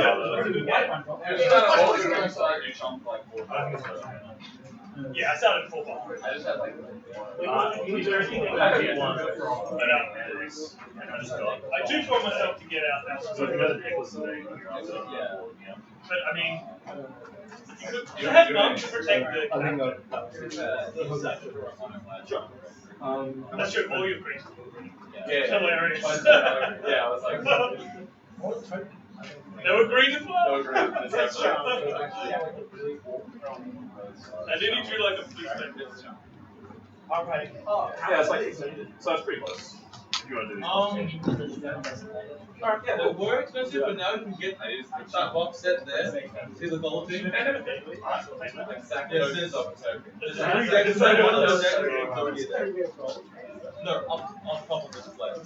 Yeah, it's 71. There's 3 decks. One of the decks is full selling. But the original one's still rare. Bro, why did you have like and he was the kind of kid I was going to play Magic like 3 hours ago. Yeah. But I have the no one really. I'm like, alright, I've got these cards I don't want. It's not really. Where's those cards at? I know, yeah, well, it's just throw away mine. Like every draw style is bad. It's like the best draw spell.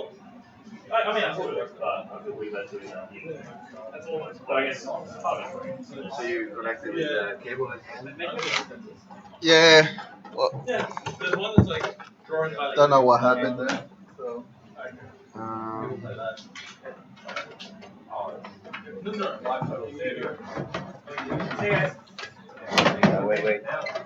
Don't do that. You guys have ace. Do you mean the enchantment or like a secret? No, I mean the deck. I would like to buy the split between free enchantment. Retails for 12 mils. That's a target. Yeah.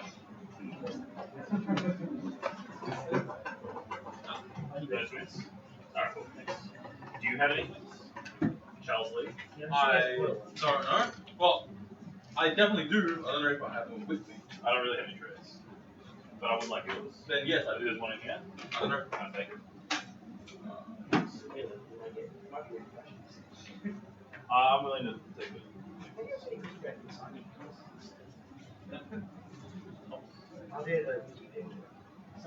Some of them was. Wow. Take that into your hand.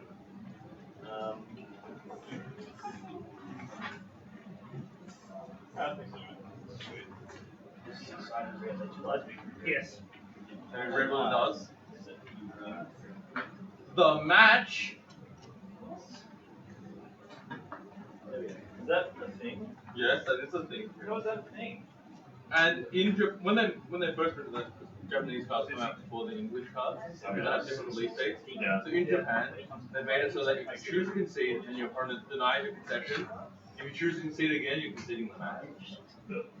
Oh wow, that's weird. So they Yeah, made how does that even work? Yeah, I had a card in Magic that was like you dealt like, lethal damage with this, you win the or match. even if it's like a sorcery, like green, like 8 green, you win the match. Yeah. Just like with that on the stack. Yeah. Yeah, so they made it so that you try to concede and your opponent refuses. Yeah. Just Yeah. If you want to concede, you concede. I guess I'm not gonna question. It's kind of Yu-Gi-Oh. It's Yu-Gi-Oh, exactly.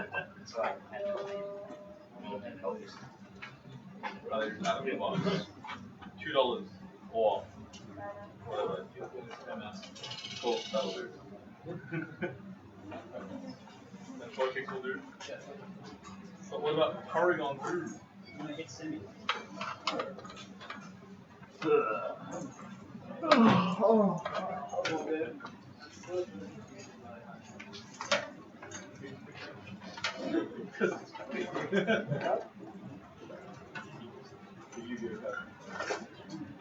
If you deal lethal damage with it, you win the match. Yes. Yes. Start there. No, the match. Not the game. Oh! Jesus. Wow. There we go. Now you understand it. Yeah. Alright, thanks guys. See you around. Yeah.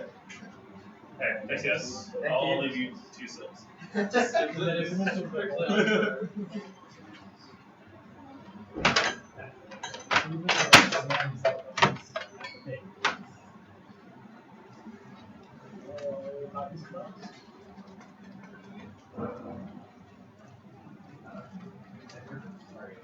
have 3 of them. This one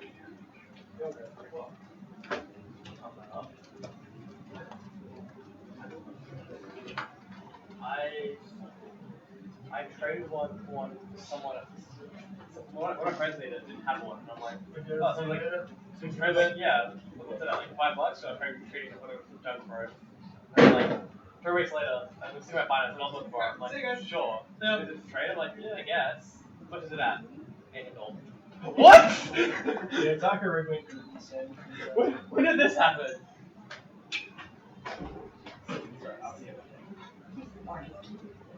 Yeah. There's like 4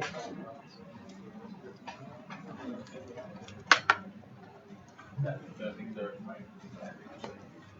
there's 3. Yeah. That's 66 for those ones. Is it all back to you?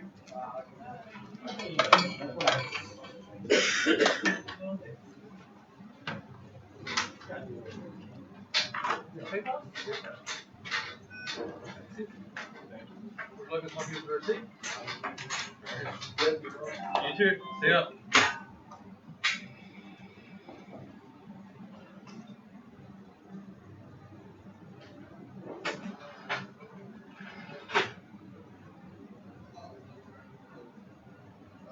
I will do it home, okay?